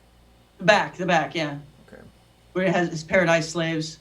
And what that is about, by the way, the paradise slaves, in some of the letters that Zodiac had written, he had talked about how his victims were all going to be forced to be his slaves in the afterlife, and that's why he was doing this, was collecting souls to be his slaves in the afterlife. Oh, yeah, I'd never heard that.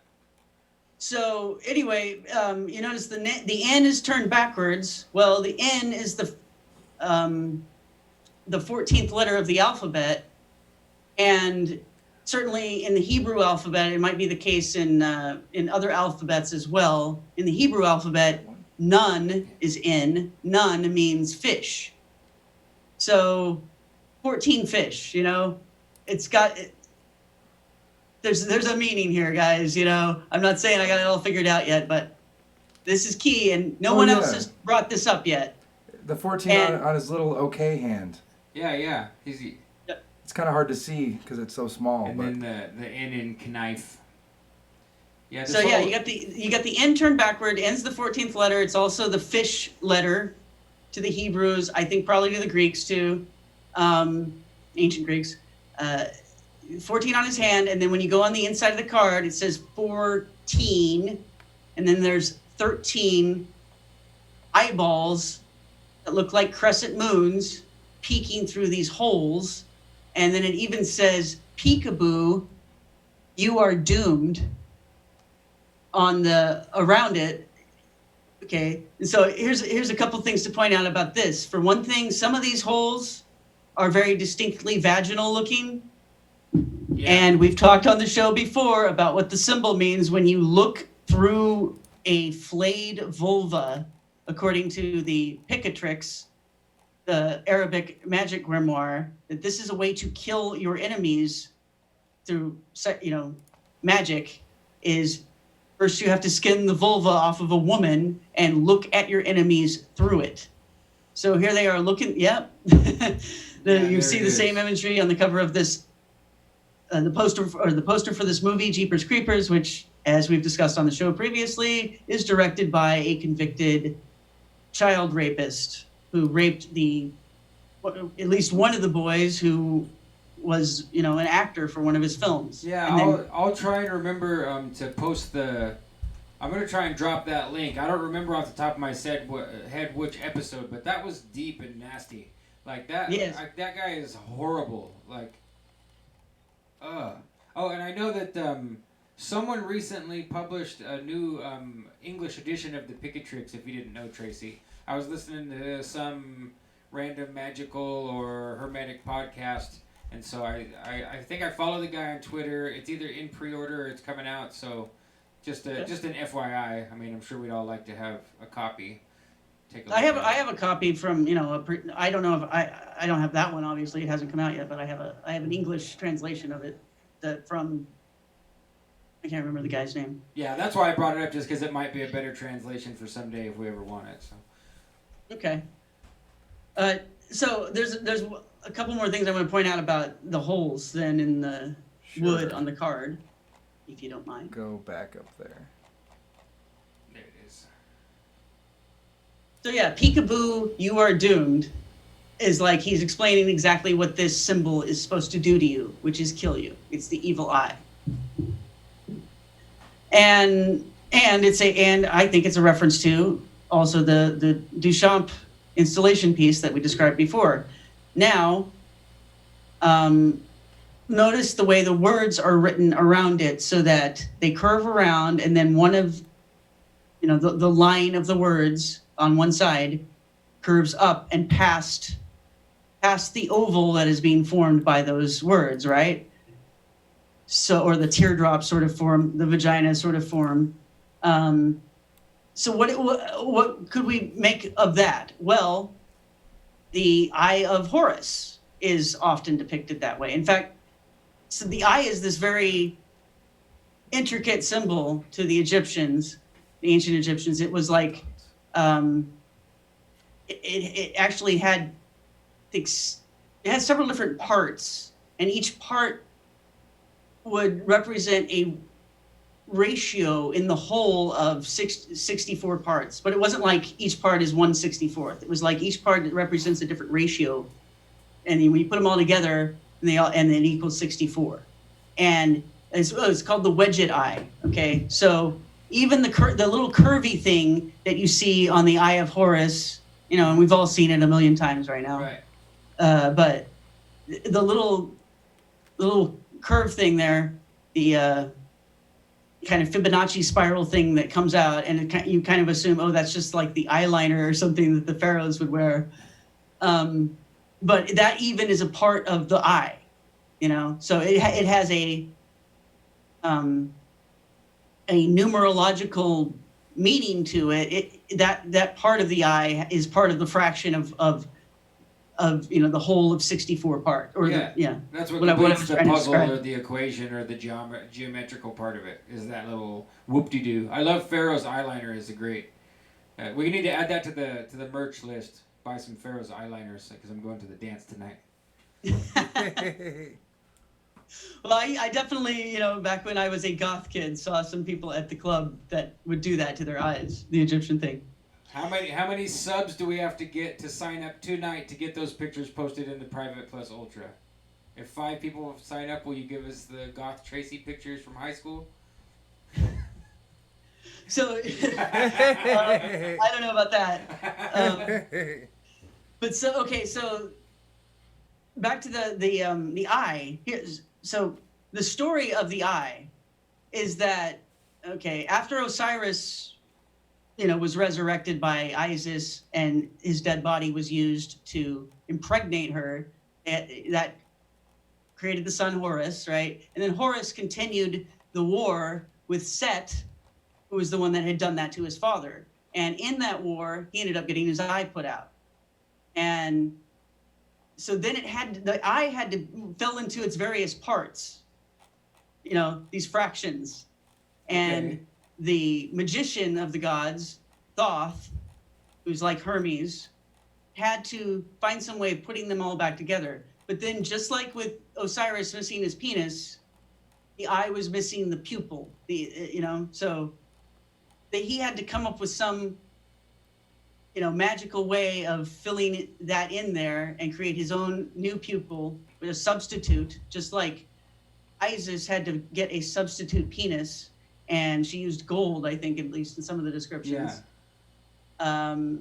So he had to have a substitute pupil, and then it acted as like the keystone, and it made everything click together when Thoth was able to do that. So it's like this eye story is again paralleling and retelling yet again the story of this lost piece, this lost something that is very important to make the whole go together. So we have a substitute keystone now of whatever it is this symbolizes, but it's not the real thing.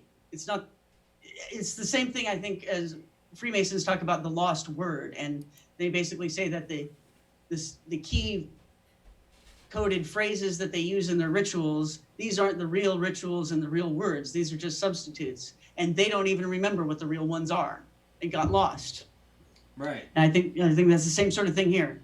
So I think you've got Mr. Zodiac here referencing these two stories of Osiris being put together without his real penis. And somewhat interestingly, just right before I started writing this, someone had written to me on Facebook to tell me that they had heard some stories, someone had found alternate versions of this Osiris myth where, being castrated was one of the first things. So like before he got chopped up into all those little bits, he was castrated, and actually they said that he had castrated himself. Whoa. I've which never is heard just that, like, yeah. Just like the priests of Kybel would do. And actually the Addis, her son, which is what that ritual that the priests were doing is supposed to be an homage to. Well, the way that Kybel got Addis to be castrated, she inspired him with madness to make him do it to himself. So now here you have, potentially the Osiris story is the same story of someone being castrated in the beginning of time, and that has something to do with the creation of the world that we're in now, which is somehow separated from heaven and imperfect because we're using substitute parts here. It's a simulacrum. So, this is being referenced here, and then, sorry, go ahead. I said the simulacrum. That's like the redundant theme of simulacra. Like, it's not just that he lost his penis, but then also the eye. Like you get zoomed in farther, so you're more microscopic, but you're still suffering the same challenge of having to. We've got everything we need to make a whole one except blank, right? Mm-hmm. It made me think too, Tracy, of the the symbol of Mithras finally defeating the realm and coming back up through the rock again. You know. Mhm. That, you know, you're finally bursting through, you're taking over, you're becoming God, but actually you're still just being born from the rock, you know. It's like this, it's a trip. So okay, so then who's the other guy that we've talked about being castrated? We mentioned it earlier. Or, Uranus, the sky, Right. got castrated when Saturn was born, basically. Well, we mentioned in a previous show too that character then is represented in Western occult iconography as the Zodiac Man himself. He's called the Zodiac Man or the perfect man or complete man because this castration is somehow being referred to cryptically as an act of completion. So when you see this guy, he's always shown bent backwards, just like the Arch of Hysteria, which is that piece of artwork that Tony Podesta, John's brother, purchased and has in his home that is a representation of the way that Jeffrey Dahmer left one of his victims. Arched backwards, but Jeffrey Dahmer cut his head off. But, the perfect man still has his head. He's just curled backwards around the sky and around the earth so that he is the Zodiac. His body is the Zodiac. He's the circle of the Zodiac. And, his butt is pointed towards earth and his usually smoothed pelvis is pointing in the other direction. Almost always shown with no penis. And then here you have on the cover of this card that the Zodiac Killer sent. You have all these seeming references to it, and then you've got the skeleton with the pumpkin placed over his pelvis as though he's trying to hide something. And of course, a skeleton, you wouldn't expect it to have a penis, but it's like it's showing you someone. Well, his left hand's almost pointing at it. I mean, he's not pointing his finger, but the right hand is up with the big OK with the number 14, and the other hand, artistically, this is drawing your eye to what's hidden. That's what you do. You give the eye subtle clues, and then it will follow you. So when you look at this, you naturally want to look right at the skeleton's crotch. That's the way the design of the card is. Or I don't know if he modified it that much, but. Yeah, well, yeah, he pasted this pumpkin over it. Right. And again, okay, then there's some layers of meaning there, like I talked about how you carve the face into a pumpkin, right? So you're carving out the eyes, and then you see on the inside, the skeleton on the inside, where this again, you can see the skeleton has been added. He's been taken from something else and put in there. And placed in that position. And then around his eyes, there's this square that's been cut or pasted on, I guess, but it's orange. So it's like it's referencing, I think, the carving of the face, which rumor has it is a ritual that they the bad guys in the elite do. Well, frazzle drip. Frazzle drip. I almost said frizzle trap. Maybe that's it. Fraggle Rock. And then look at the skeleton on the cover. Okay, on the front. I'll go back here. He's got like an eyeball in the socket of one of his eyes with a pupil. Oh, this is key. I just now realized this. Okay, what? There's like an eyeball in both, right? Or there's a little.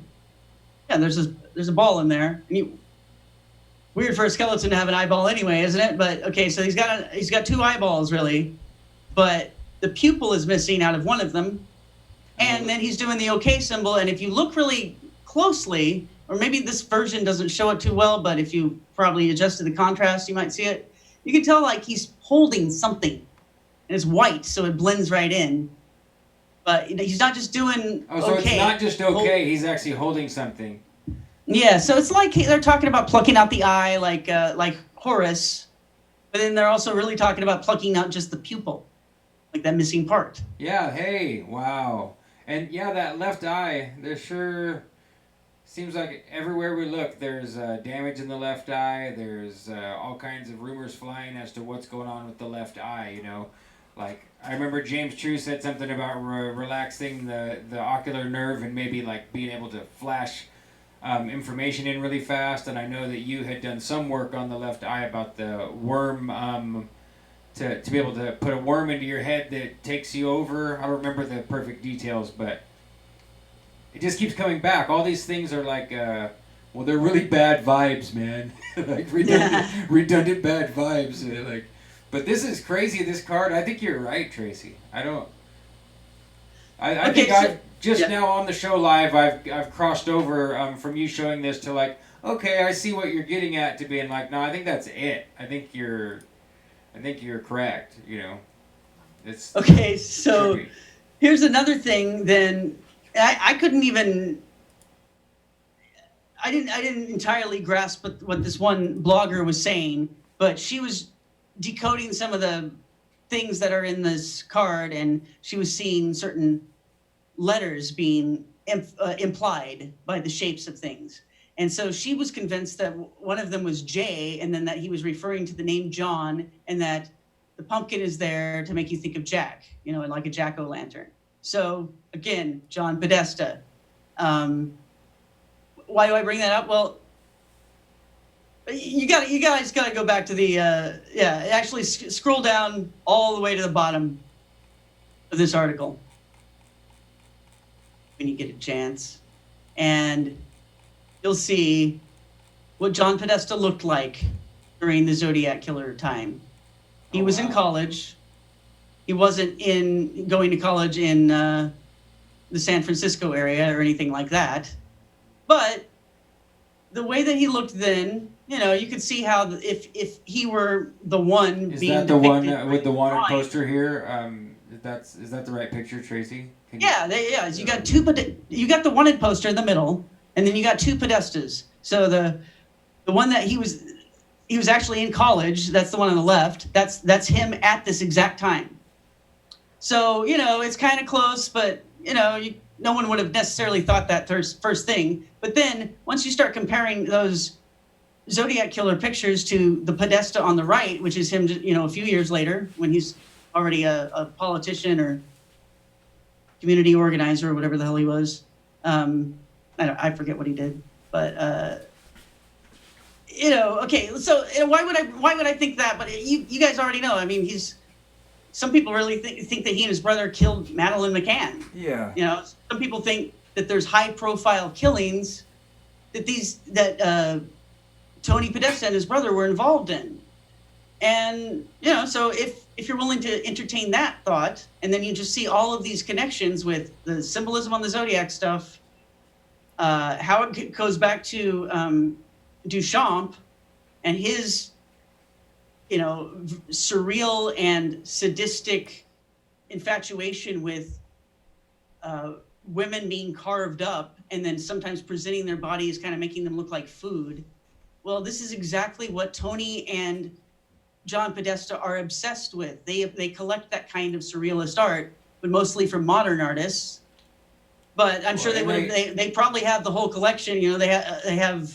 I'm sure they've seen all of Duchamp's work and everything Dolly ever did. I mean, it's like baseball cards or something. You know, people, if that's the way people do it, you know, they collect as much of their favorite artists as they can get their hands on. There's a man in Florida who owns almost all of Dolly's art.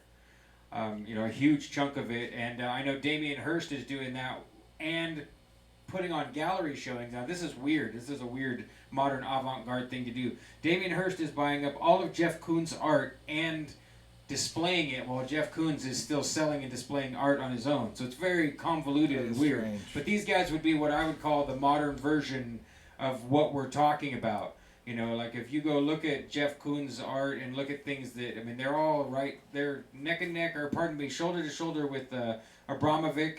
And what you described, Tracy, if the Duchamp art is like people posed as if they're like, they look like big birthday or wedding cakes or whatever, you know, they're made to look like food. And then the spirit cooking, half the time that's what they're doing. They either have something that's made to look almost identical to a human body and you cut it up and eat it like food, or they've got real people laying naked in these strange tubs of liquid with other items, and you scrape the little silver spoon and actually pick up a little of their skin and eat it. Ugh.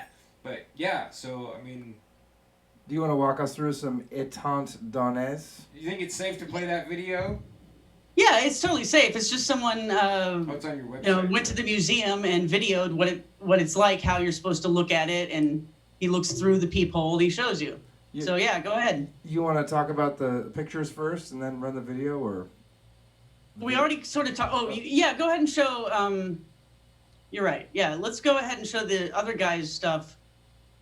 Welmer and all those dollies, which is why we decided to call this Salvador's dolly, right? Because there's this one is actually called Poupée, Variations on the Assembly of a Jointed Girl, and Poupée means doll.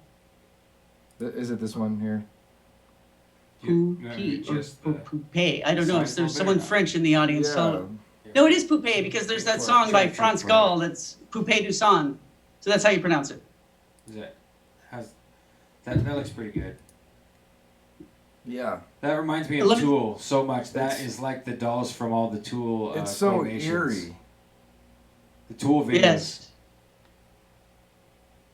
It's like a horror music video, sort of. Yeah, but this is old. When would you say this is, JC? Do you know the year off the top of your head? If not, it's okay. Well, like 1930 or something. Let me go ahere and look it up. I mean, we're here. It just makes me think we're seeing the greater arching theme of because I mean, really, not just this one. I saw a few when Jim went by. It really does remind me of Tool, and I know that the guitar player is he's. I don't remember if he worked for Industrial Lights and Magic, but that's his gig in Hollywood. I don't want to botch his name. I know it. It's just not coming to me, but his name's Adam Smith, I think, but I could be wrong. But that's the whole inspiration behind Tool and their super focus on not representing themselves as frontmen and bandmates. Like, there was a long time you couldn't get good photography of them or all that stuff. But it makes me wonder if this is what it's directly tied to, is these Salvador dollies. Okay, so have you had a chance to look at the logos used by Merkin Vineyards, which I believe is owned by that Maynard guy from that band? Yeah, Maynard owns a vineyard. I don't remember the name of it, but no. You got to look this up like now. All right. While we're here. Go for it. Merkin Vineyards, and if outside. How do you spell it, Tracy?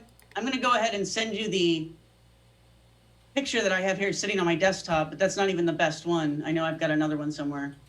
And then, yeah, look it up on your own. Go to their website, and you'll just see the logos there, because it's like...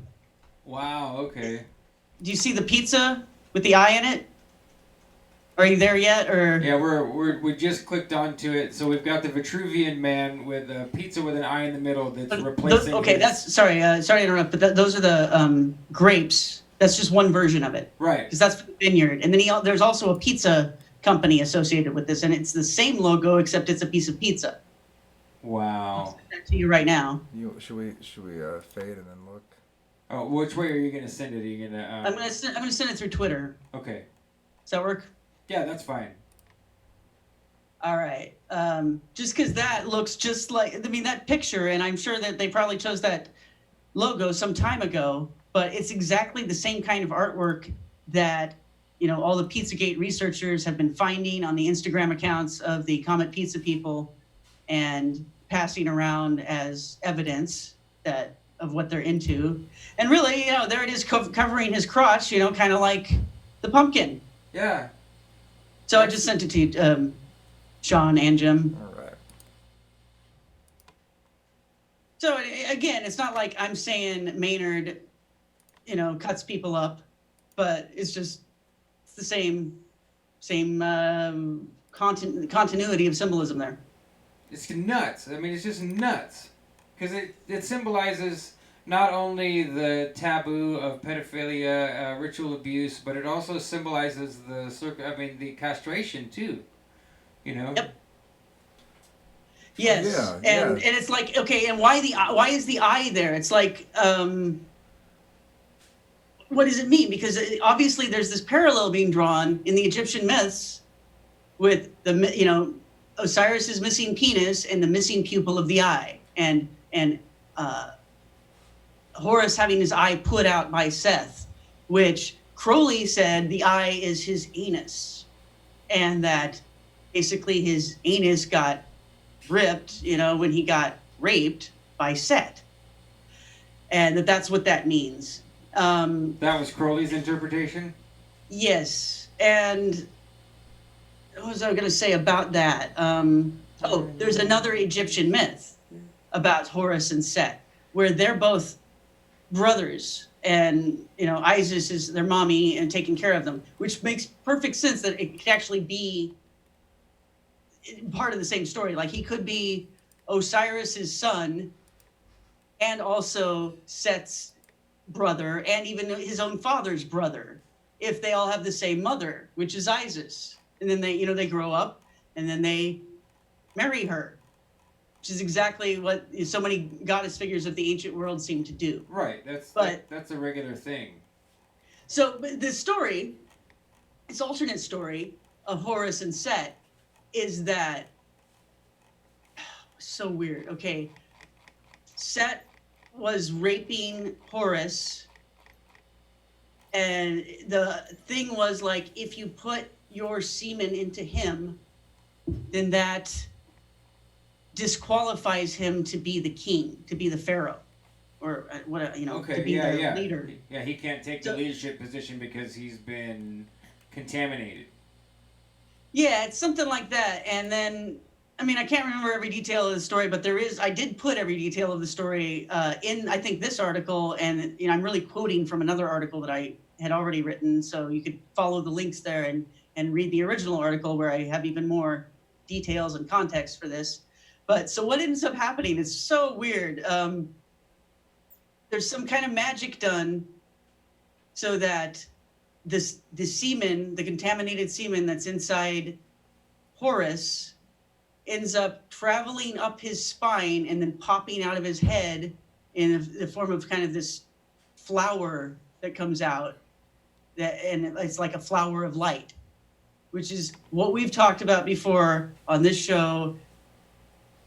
People say this is something that happens when a person, a man or a young boy really, is sodomized in a certain way for the first time in a certain ritual context, that this will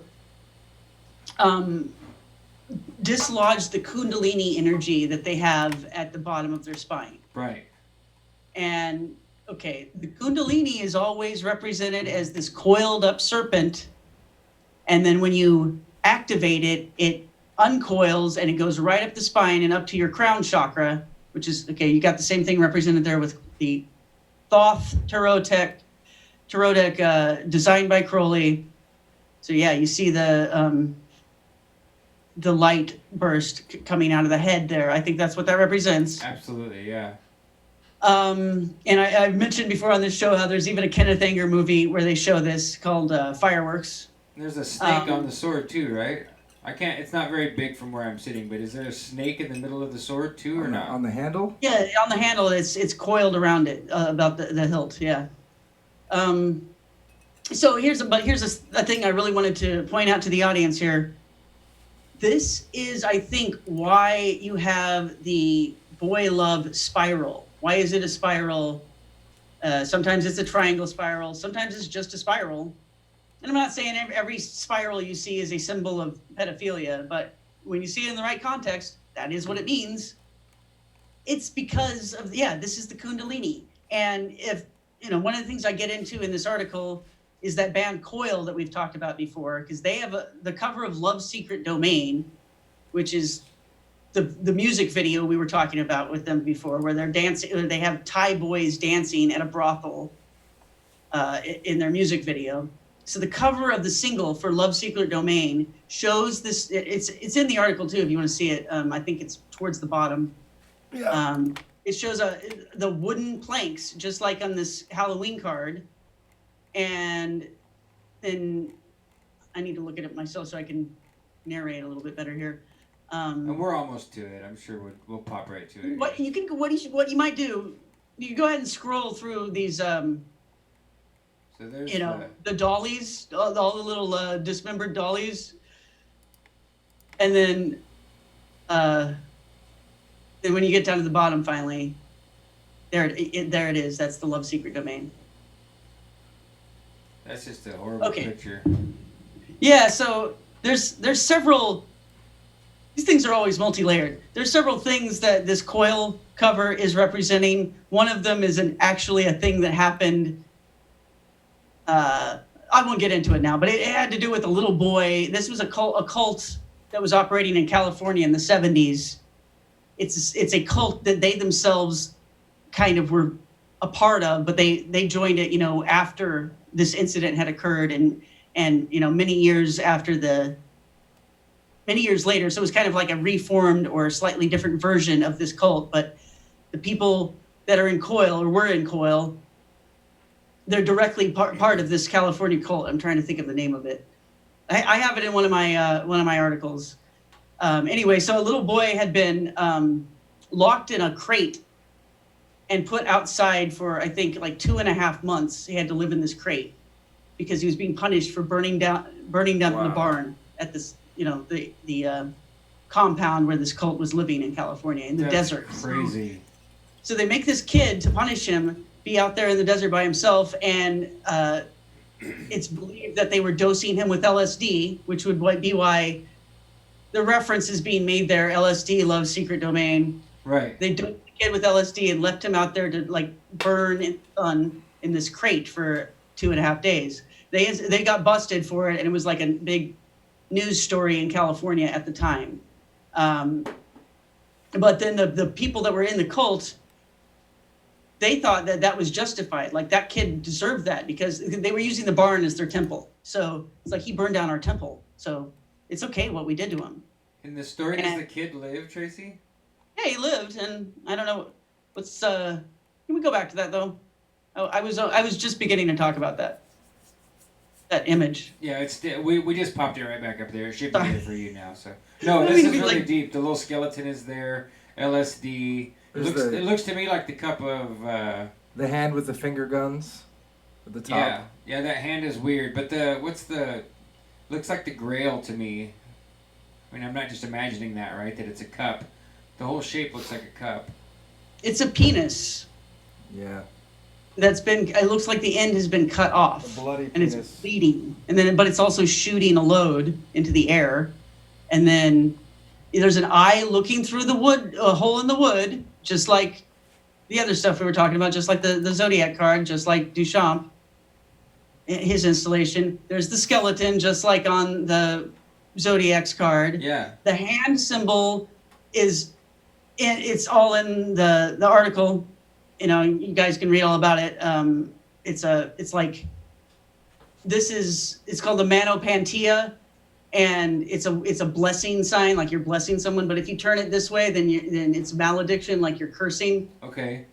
But what I noticed, the reason why I got into it in the article, is that I noticed OTO related accounts online and companies online that were flashing this symbol, but almost always with some of the fingers severed. So in this case, it's the fingers that are pointing down, that would normally be pointing down when you're doing this hand signal, they've been cut. And some of the other versions, it's, the ones that you're doing the signal with that get cut. But, I talked about how, in the article, about how there's cults that do this. Like, if you disobey the rules, it's one of the things that happens. You get your fingers cut off. So I would figure, to have these 3 fingers cut off is very significant, because then you can't do the blessing and cursing anymore. Wow. Yeah. So, and to put a picture out there, showing that is like reminding people of the penalties, trying to keep them quiet, which is what this image is all about. I think that this thing was constructed to remind someone that they knew who had been part of something really bad, that they should never talk about it. I think, and then out of light cometh darkness, they put on there. Yeah. I just noticed that. I had a specific interpretation of that, but it didn't take too long. But anyway, yeah. So I think that this whole Kevin Spacey video too. Like, I wonder about that still. That whole Kevin Spacey video that he made all by himself. It seems like him saying, "Yeah, I'll do it anyway. I don't care if you torture me and kill me. Even I might decide to drop all the dirt anyway." That was the vibe I got off of that whole thing. His Christmas card. Yeah, his weird ass. You saw it, right, Tracy? Yeah, I did. Yeah, and did you guys see the information of him, of the man he hired to do it? It's just like a wedding photographer or videographer. He just found him and like, hey, this is me. I'm Kevin Spacey. I want to make a movie with you. I need some help. Yeah, he brought his own apron, his own clothes. Yeah. The guy staged it himself, like some of the staging and props and everything. It's worth it if you're curious about all this stuff to go to read that guy's story, because it makes it obvious that Spacey really is ostracized. Yeah. And so he just went like out of the newspaper or off the internet for the whoever, like, oh, you film weddings, you do stuff, well, come film me, because I got something to say. So it's and he was sending a message to somebody. And my with point, his video. no, that's what I mean. My point in bringing it up is that a huge portion of conspiracy stuff nowadays is all decoding or trying to understand hidden messages. And there was a time when you couldn't even convince people to consider that might be real. But now it's so obvious that even people who don't care for this crap, they know for sure that there's some kind of, you're getting 2 or 3 layers of message with almost anything that you have to put some thought into, like the album cover. They're not putting together, there's no random elements here, folks, in this album cover. Not one. There's no random anything. This is completely with forethought, Just like they talk about with any animation. If you've ever drawn pictures or done animation, there is nothing haphazard or random in any old-fashioned drawn animation that you've ever seen, because every frame has to be, like, if it's not important, you drop it. You don't draw another one, So they put all this thought and energy and hidden symbolism into almost everything. Yeah. So, sorry. I'm watching the delayed broadcast here, and so like your mouth keeps moving, and I'm thinking that you're still talking. No, that's okay. We can screen share to you so that you're looking at the screen, and you'll still see a small picture of us. Okay. Can we just watch the little video with the? Oh yeah. Yeah. We'll go ahead and installation piece. Thank you. I'm gonna scroll up to it really quick. Here it is. Yeah, it's just right there. I think right above this thing. It's only like a minute long, so shouldn't take. And it's silent. Shouldn't take too long. But okay, so you notice right there, she's holding that lamp. We'll just go ahead and watch it here.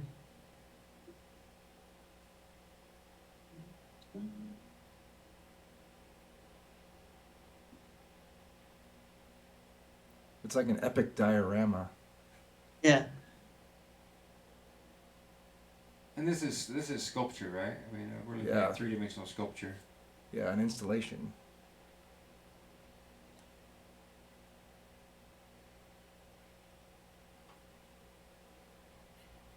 So that's what you would have to do if you're at the museum. You have to look through that hole in order to see that. And it makes but me. If you, go ahead.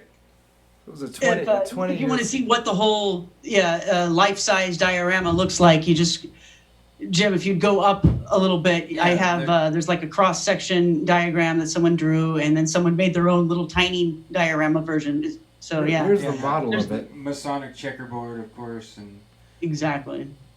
This thing's it made me think of the alleged story of how Yoko Ono and John Lennon met. That Yoko had the entire inside of a museum or gallery painted all white. Yeah. And that there was a ladder in the middle of the room that you had to climb and stand on the top of, and there was a magnifying glass hanging from the ceiling, and you had to hold the magnifying glass standing at the very top of the ladder and read the word yes.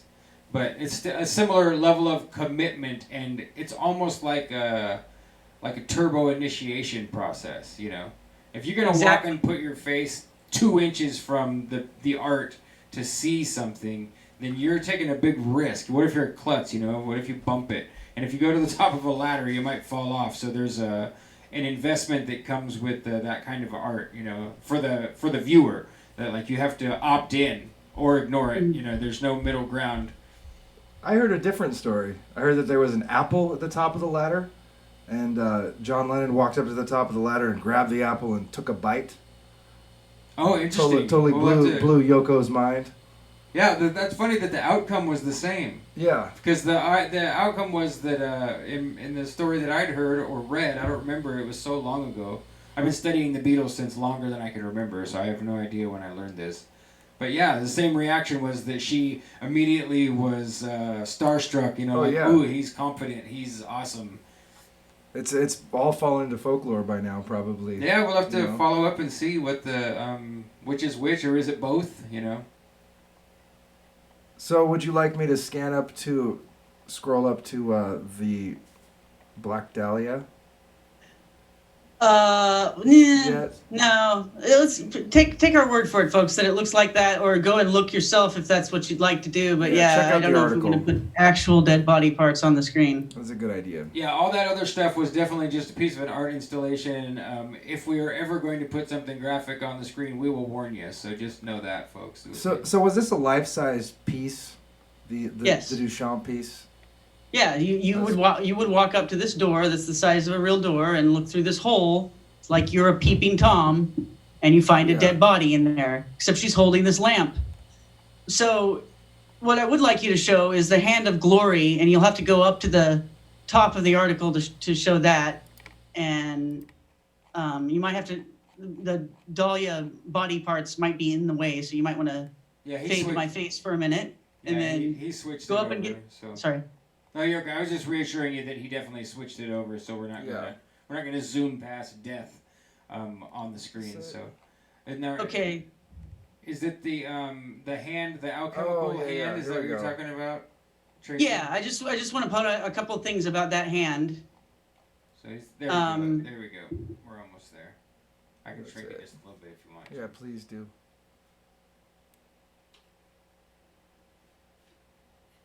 So, let's see. Where are we here? What are we showing?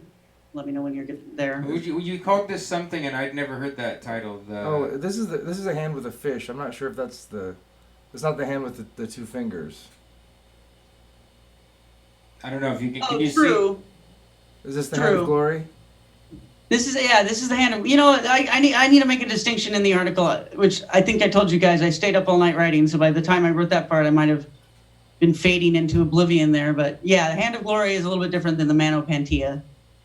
But so this is like this is what the Podesta hand seems to be very much based on. You got the fish right there in the middle, and then you see what's on top of his fingers. So there's the crown, which I was thinking like almost every one of these pictures here is a reference to the pictures of what's on top of the fingers. If it's what we think it is, then this is the light that comes out of the head during the ritual, after the sodomy ritual. Okay, so you've got the sun and the star and the crown, like the crown chakra, and even the lamp. All those representations of that, and the Dahlia, or the Duchamp piece. She's holding that lamp, and then the key, like the keystone, the sacrum bone, where the Kundalini is. And the symbol above the crown almost looks like a busted up monass. I don't know exactly what that is. Yeah, the pieces aren't quite there, but it sure makes me think of John D. just at a glance. That it looks like at least a combination of astrological or alchemical symbols, or both. And look at the monass is on the fish. I'm gonna try a trick here. Yeah. Oh, that's like that's not the total monad, because it's Mercury. The legs, but this is just. I think that's. What is that, Taurus or Mercury? Mercury, yeah, I think that's Mercury. Which makes sense, okay? The reason I know for sure, yeah, exactly, that's what you're trying to get in your hand to stop slipping away from you is the Mercury. The reason I know for sure, Tracy, is because when you recommended Snow Crash and we were on the road in our trailer, me and my girl, we're avid thrift shoppers, and I always get stuck in the book section, as you can imagine. But I bought another book by the same author. I can't think of the author of Snow Crash now. What is that guy's name? Neil Stephenson. Yeah, Neil Stephenson. I was going to say Gibson, but that's the other guy. But yeah, Neil Stephenson's book, it's called, I think it's called Quicksilver. And it's interesting. You know, I would recommend it too. I'm not quite finished with it, but it's in the same, the reason I bring it up is it's in the same, it's all about like it's fiction, but it still references a lot of real stuff, like the Royal Society and Ben Franklin and all that kind of stuff. All the characters that he uses are real people, a lot of them. You know, I don't know which ones. I never went and referenced which might be completely made up characters, but they're like Benjamin Franklin's in there, Sir Isaac Newton is in there, and so the whole book is kind of like this alchemical renaissance. That's what the book is about. It's like following these guys on ships across the sea and their adventures to America and all that kind of stuff. Wow. And I say that now because, well, if I don't say it when it pops into my head, I might forget. But it's a full circle thing for me in a private way, right? Because you're talking about Snow Crash, and I'm trying to find it on the road, like so I can read it while I'm on vacation, and I find a different book. You know, but it's still absolutely embedded and steeped in everything. So it's like, well, this works. You know, I didn't have to give up. I just have to start a whole new rabbit trail here, you know, so. It's the law of attraction. I'll be right back. I'm just going to close the door behind me. It's making me nervous knowing that it's open. Yep, no problem. Understand that for sure. All right, Jim, we better read us a joke. No, I'm just kidding, man. And I think the mystery guest is really up past his bedtime here, and apparently I need to be the one to force him in there. So I'll probably want to wrap up at least my participation in this episode. Sure, okay. Well, but I think I pretty much said what I wanted to say, so. No, this is great, and I thought for sure that this big article would be on the Plus Ultra site, so what a blessing for everybody to get it, because it looks extensive, Tracy. It looks really good. Yeah, it's a really great article. I do these things, you know, I like to, the really deep stuff. I usually, if I feel that I can, I'll put it on the Plus Ultra side, the part where you have to be a member. The reason why I do that is because I want to reward those people, you know, with something exclusive for them. But sometimes when it's really kind of newsworthy, not all of this is newsworthy necessarily, but actually all of it is, because it's all about the fact that these symbols that John Podesta was using showed up on this rifle used by the New Zealand shooter. And the thing is that Podesta was there, like, you know, a few days. He was in Sydney a few days before this occurred. Let me add one more thing for you too. I wanted to add for you that I saw some speculation that the 14 represented the 14 words from white supremacist crap, and that the rune, I know you covered the rune earlier, but after everything you said tonight, I think all of that could be true, you know, that they're just adding more layers of power that they're trying to draw from. You know, they're using all of they're going full, like, all in on a 5-card hand, you know. That's what it seems like.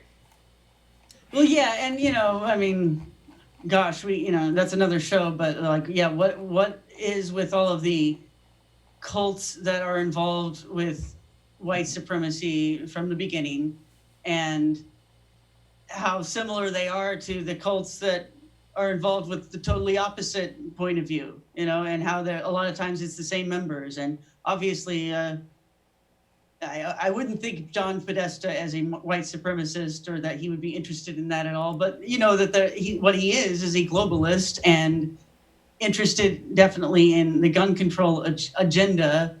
And I wouldn't doubt at all that this is a ritual with a number of different purposes, because they usually have many layers to them. But one of the outcomes is to get some more gun control in Australia, and a variety of other psychological impacts they want to have on the populace. But it's just like with the serial killers, which maybe John Podesta was one of them, the Zodiac man. And that, you know, maybe the reason why these symbols are on this rifle is just an homage to that.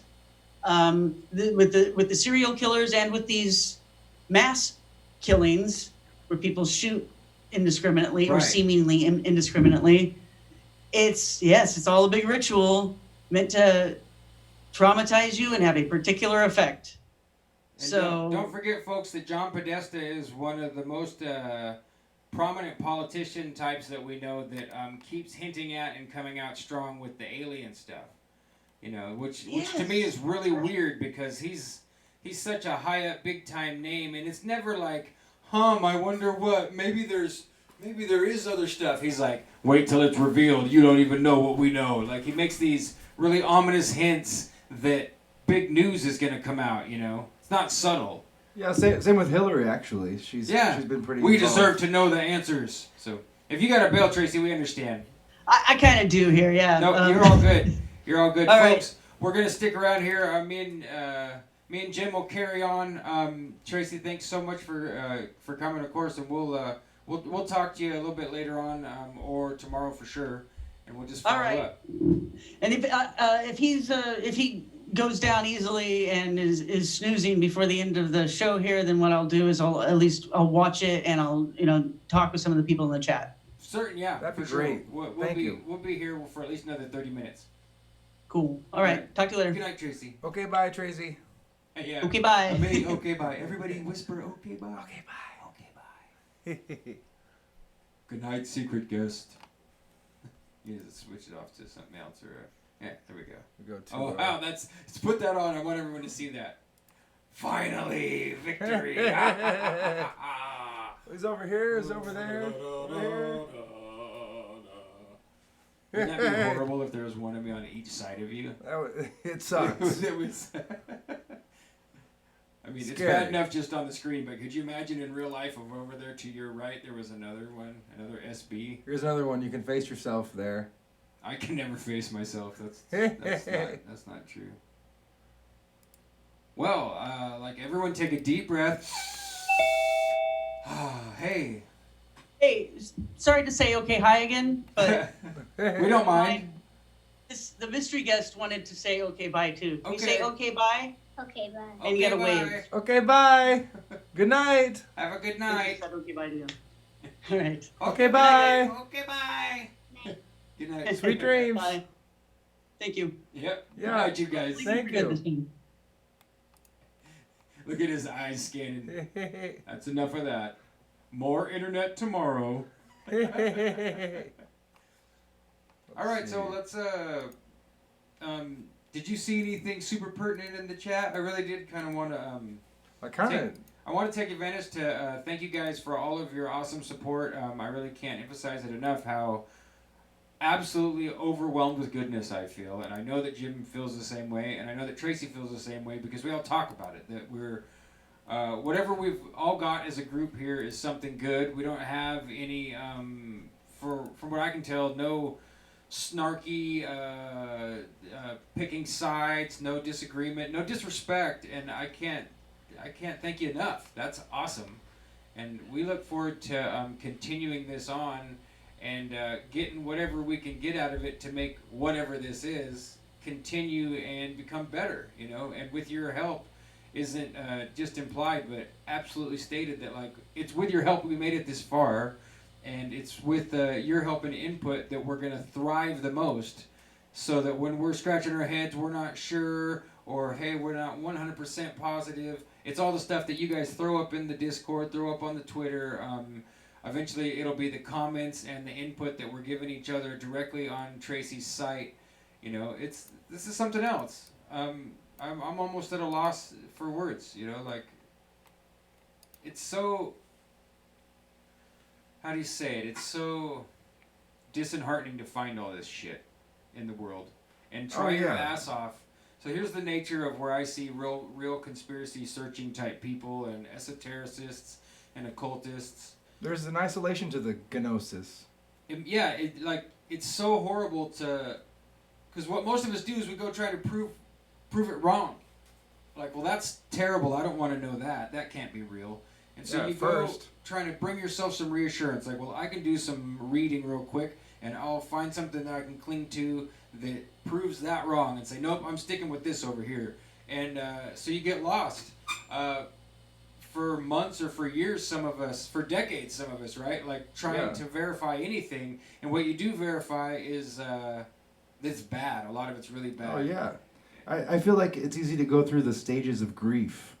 You know, first there's denial, like, oh no, Yeah. it can't be true, and then there's bargaining, like, well, yeah, with 9/11's a perfect, right? People say Yeah. no, and then they say, well, maybe we had a heads up, but we didn't Yeah. act in time. So that's bargaining. Building you know? 7, but it wasn't microwave weapons Yeah. or whatever. Yeah, and people get angry. It wasn't satanic cults. Once you realize it, then that's when you're pulling on everybody's coattails, Yeah. right? Watch Yeah. this DVD. You're not Yeah. going to believe it. And people Chemtrails, you guys, chemtrails! Yeah. Making the frogs gay! And so, to me, the problem is once you get to the point where you're closer to acceptance, you can't accept this stuff. It's not like, well, okay, 9/11 was a satanic ritual, you know, and you just like go on and make your eggs and eat them or Yeah, whatever. once you accept it, you So- see it everywhere. And Yeah. like So you start studying correspondences of what does what mean. What does a fish in the number 14 mean? Well, rewind this episode and you can get at least some fishing 14s. information on it. But where I started with this thought was, okay, so you get lost in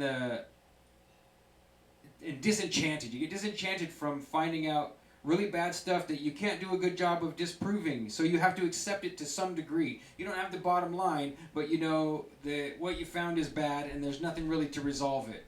And so then you feel really alone because you can't like call your mom, you know, or whatever, or you might not be able to call your best friend because they're like, you know, here comes Sean with his stupid conspiracy stuff. So to find a group of people like we have surrounding this show, especially Tracy's fans, the Discord, even the random people you find on the social media, especially Twitter for me, there's at least some kind of a sense of camaraderie and sharing the information, even if we don't find a new lead or find a solution, we at least just bouncing ideas off each we other. share the burden of the knowledge Yeah. of things being not at all what they seem, you know, and I'm thankful for that, you know. I literally thank God for it, you know.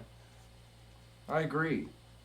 It's really helpful having people just to talk about this stuff with, or There's still two of me. Sorry. I I don't know what else we would do anyway. That's fine. was thinking about dragging this in there, but it might be It's just funny to look up because I was looking at the other camera, but I gotta run and go pee, Jim. I'm sorry. So you might want to grab a joke or something. all right.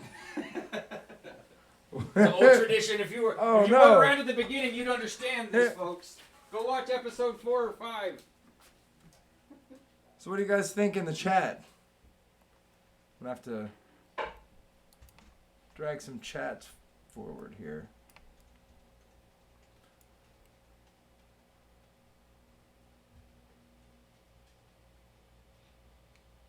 Let's see, the big stuff usually tends to be very dark, but so are the old gods, so it makes sense. Yeah, definitely it seems like the military industrial complex is behind all this stuff in some way.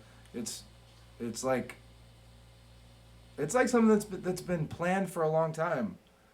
I mean, like one of the first movies that ever really came out, it was like a French movie where it's like a silent film where all these wizards, they meet in secret and they've got all these like long beards and wizard cloaks and they have this meeting talking about going to the moon, and then they put on like scientific lab coats and suits, and they tell everybody their plan, and then they hop in a rocket and go to the moon and meet aliens and kind of like pop them on the nose, fight with them, and it's really like just exactly what happened with our space program. It's sort of like a a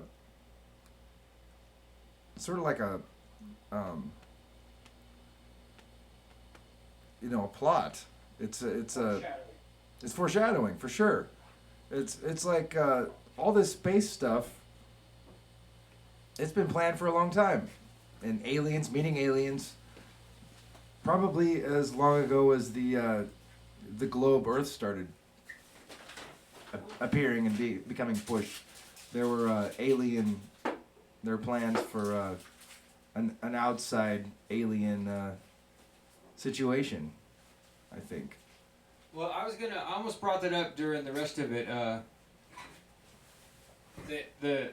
The time frame for all the other stuff we were talking about, all of the space art, and in case you don't know, folks, Jem and I are definitely flat earthers. We don't follow a lot of the typical models that you might see on YouTube.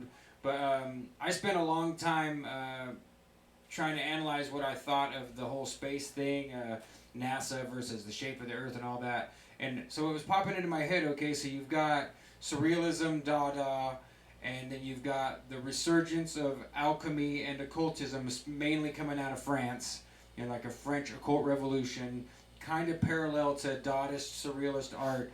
And at that same time, and especially right on the heels of it, you've got the entire outer space, but not necessarily aliens yet, but then aliens too, you know? Yeah. Oh, it's just crazy how closely the deep state, the Marquis de Sade, and popular culture were like 3 degrees separated from each other. I mean, yeah. Well, in case you didn't know, in the 70s when porn was most mainstream, it was the same thing then too. I watched a little clip today about the movie The Pawnbroker, which, as E. Michael Jones likes to say, that they used a Holocaust movie to smuggle tits onto the movie screen to break down the code that was in place to prevent nasty stuff, you know. So it's art. Right, so it was art instead. That, you know, from there up to the point where you've got Deep Throat showing in regular theaters, and everyone's like making it a fad, like, oh man, I'm gonna go see the new 4D movie, full immersive, you know. Oh yeah. But instead it's, hey, do you want to go see this girl who's like getting turned out? It's pretty much the bottom line. Yeah. Forgive me, folks. I got to take a couple bites. I haven't eaten anything since lunch. So. I worked for a summer hooking up video walls. It was like 9 giant TV screens, like projection TVs, that you'd hook up, and then you'd have to calibrate them all together so that one image, you know, there was a video splitter that would split one image over 9 TVs. So it was like a big video wall before like big TVs were really existed. Mm-hmm. And the guy that came out from the Philips factory, who came out to calibrate the machines, he brought this one laser disc everywhere, and that was his laser disc that he would use to calibrate the machines and, you know, play and show how it was working. And it was Deep Throat. He brought the movie Deep Throat to calibrate the video walls. Yeah. He was like the one guy that went, you know, all over the country to calibrate. He's like, ha ha ha. Here's a movie I always use, ha ha ha. You know, it was just it was such a mainstream thing. It was such a normalization of pornography. I've struggled with a lot of this stuff because so many of us are raised in a, you know, I know plenty of us out here in the world have suffered all degrees of trauma and abuse, but for me, most people have a pretty normal, like not too extreme of an upbringing, and then you've got some people that you know, they're either friends or relatives, that they're a little bit more extreme one way or the other. But I never really thought hard about things like, about like lust and sex as a tool. Oh yeah. You know, like against us, as opposed to like, you know, like who cares what anyone else does with their sex life? But if the oligarchs are weaponizing it against us and using it to completely manage us like the rudder on a boat, then that's different, you know. So then it puts us in a position to, I don't know, I feel like it puts us all in a position to have to be a lot more articulate and careful about the way we express ourselves, because that's how they paint everybody so easily as being bigoted and not just in the sexuality category, across the board. And so, you know, I don't judge I judge people on the content of their character and the redundancy of it. You know, this is, to me, this is the you can extend that quote with saying, you know, are you this way every single time? You know, and if someone is, you can kind of rely on starting to develop trust with them. And I don't care anything about people's personal lives, but I do care whether or not we're being had as a human race. You know.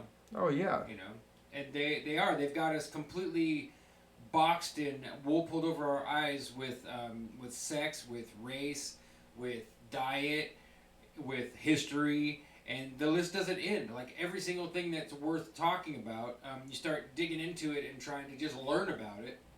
And it's like, oh, these socks don't match, and these socks don't. Are these even socks? What are these? You know? Yeah. And it's just crazy. Well, sex is such a powerful drive. You know, the drive to reproduce. To you know, it's the one thing, man. It is the one thing. And they've diverted it from the path to reproduce yourself and your family and, you know, carry your line on, to like just an empty sort of, you know, through porn. It's changed from a way to reproduce yourself and your family and keep things alive, to just something that's you know, a video that you watch. Well, it's like really morbid or short-term erotic entertainment. Like, that's the softest you can do. Like, oh, hey, I'm having a wank. You know, mom's not home. Yeah. I'm gonna go in my room. But on the downside of that, you've got people that are so completely spun out on it that that's all they do. Yeah. You know, they either just do that or they take hard drugs and do that, and it's ruined them. And now we've got kids bringing up into a world where, I mean, I'm so glad that I didn't have a smartphone when I was 13. I mean, there's some humor there, but no humor. It's not funny to think that when that horrible, overwhelming urge of a prepubescent boy is like, oh, what could I find? And then you find, like, things that you couldn't fathom. And you don't have the development in your brain to know the difference between empty. We're modeling our impulses, our youth up to imitate something that's not real at all. Yeah. You know. It changes people's main motivation from reproducing themselves and our society into just a quick empty release. Yeah, and it's straight Huxley too. That's right. I mean, that's tripping. But just so you know, folks, part of the camaraderie of knowing that we're not here stuck alone, and that we've got people we can develop friendships with on the internet. We can exchange information. We can jump in the Discord. We can email each other. It brings me a great amount of comfort and joy, and I assume that it's the same because that's why everybody shows up, right? And it's not like we're not getting like a guest and a big flow of their audience and then a whole new set of audience. We've got a really consistent audience. Oh yeah, and it's building a really tight little community. It's something different, and I really wanted to stop and look at the last episode we did, similar to this, where we really focused on the chat, and I didn't get a chance to. But I want you to know that if you were here during that episode, or just in general, that our plans are still in place. We're still moving forward with trying to find out what the best way to get Tracy's books in print, at least a few more of them in print than are available right now, to get a whole bunch of silly but awesome high quality merch of one kind or another. You know, we've even considered making some things out of semi-precious metals, and you know, so it's all in the works behind the scenes, and it's gonna be longer than we want it to be, and it's gonna be probably more surprises and more work than we expect, but we're doing it because whatever we all have here as a group is worth it. It is worth it. It's worth it to put in the extra time, effort, and even to risk investing some money into it to see one day on a different YouTube video somebody wearing an RX Only Picture Show shirt or a Plus Ultra Picture Show hat, or, you know, seeing the mouse pads fly off the shelf because those are the most popular item when we didn't even know that anyone would want one, you know. So I look forward to moving into it, not as a cliche like you see with most channels, that they just kind of have to have merch, or they do have merch, but it's not a big promotion, but that this kind of becomes like, you know, if we're gonna all choose and wear a uniform and we all get along on such similar subjects and kind of help and support each other, why not at least redesign the uniform to our own liking, pardon me, you know? So it looks like we're getting a little bit here. Yeah. Making MST3K style silhouette of SB, Jim, and Tracy. I don't know what that is. MST3K. 3000. Mystery Science Theater 3000. Yeah, see, Veronica sees it because she wants that necromancy never dies shirt that Jim designed, and you know we've yeah. we've got plans to make that potentially one. like publish really effective, high quality versions of things. Should I tell them about the? Should I give away one of the ideas? Maybe. Yeah. You yeah. think so? Okay, so Yeah. like. One of our ideas we came up with that we really love is to redesign the Magic 8 Ball so that it's a Plus Ultra Picture Show 8 Ball, and make it like a pyramid, or make it like a cube of Saturn, or whatever, and have it be more sides to the dice so that you get more answers, and then use it as a tool of a divination. divination tool on the show, you know. Yeah, that's a great idea, I think. What do you guys think? Are we gonna get Owen Benjamin on next week? Spirits say maybe. Exactly. Oh, here's Only Runes. That's a really hard name to pronounce, man. What does that say? How do you pronounce that? Yeah, I wonder what that does say. But Prince, Jem and I both are both artists. So, oh, here we go. Magic 8 Ball Inside is based on an icosahedron. Thanks, Adam. Yes, thank you very much. That's the man who wrote all the music at the beginning of the show. It's my brother Adam Lohr. 20 sides on the dice. So that's quite a few. Maybe we wouldn't need more. Make it programmable. What a great idea, Margaret. Adam's a genius with geometry, also. He really is. He's been teaching me about geometry for a long time. That's why, as soon as I saw the Jim Egan episode lead-up material, I just told my brother this the other day, like, oh man, this is the Adam Lohr stuff right here. You gotta see it. Do you think we could get Adam Lohr on to play some music live at some point? Well, I don't know. What do you think, Adam? It's not impossible, but You could thrill us with your musical stylings. I think if we came up with a short, consistent set, and only wanted, no pressure, not improvising, and like, hey, we want to play Particle Target and, blank and blank and blank. Frog in the Soup Jet. Yeah, Frog in the Soup Jet is a really popular song here on this show, just so you know, Adam. So, rhombic tricontahedron is a good contender for a replacement 8-ball. Wow, oh, 30 yeah, sides. 30 sides. That's perfect. Yeah, that is perfect. Is it triangle based, I guess? Each face? Oh, we can look one up real quick if you want. Let's see. Yeah, I'm kind of curious. Let's go to shared commentary. First, I'm going to go over here and click that word so I don't have to try and spell it. Is that like a Bucky Fuller sort of design? Great question, man. I have no idea.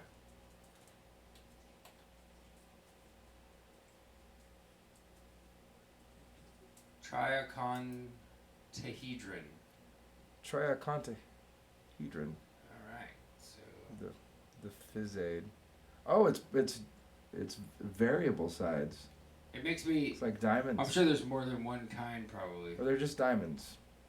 Yeah, diamond shapes. You want to fade over? Fade Oh, I didn't change it. I'm sorry, folks. Yeah. Like I said, tonight's the first night we had dual keyboards, dual mouses, and I'd say it went pretty well. But me being the one that almost always has been doing it up till now, unless we trade places, Sean is going to have to learn to keep his hands off the mouse when Jim is trying to do something. That's Jim's very polite and kind and not being like, dude, you keep messing me up. Stop it. Oh, like, no worries. I kept moving the mouse and like, oh, Jim's doing that. Don't.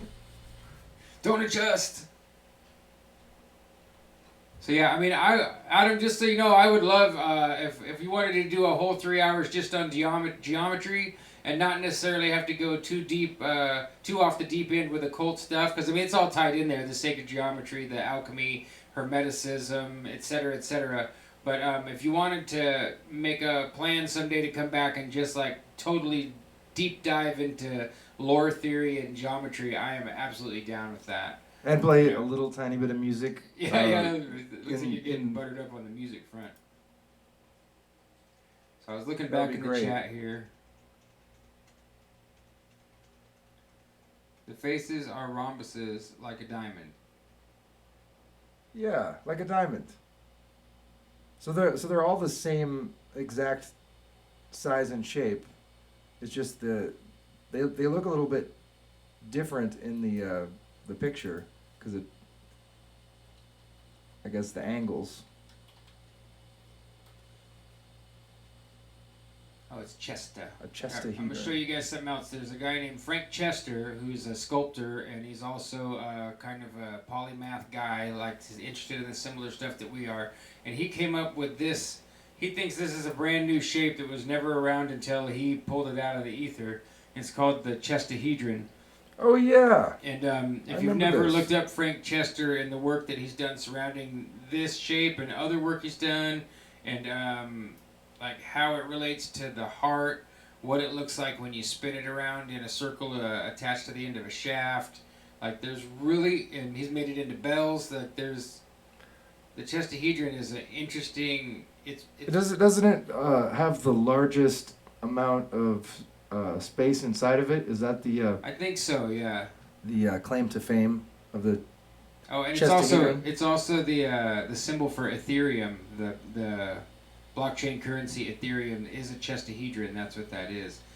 But the reason I recommend it, not just because it's a good transition from geometry, but because another thing I like to point out to people when we're talking about the downside of all this crap, you know, you're talking about the most taboo and horrible, shocking subjects that we can find in the world.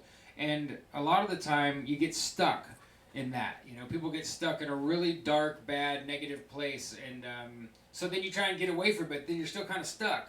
Yeah. But what I've found is if you keep digging and start following links that are teaching you things, or especially giving you new perspective on things, then you kind of break through the other side of what they call fear porn nowadays. You know, it used to be just bad crap, but fear porn is a pretty good term.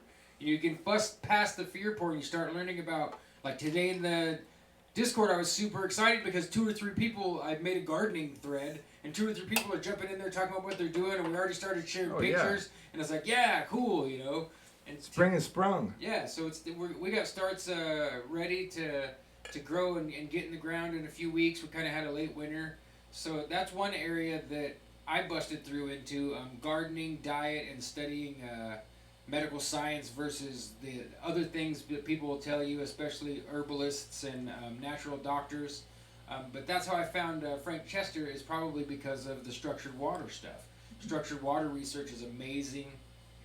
Gerald Pollack, I think, is the doctor at UW that's working on it.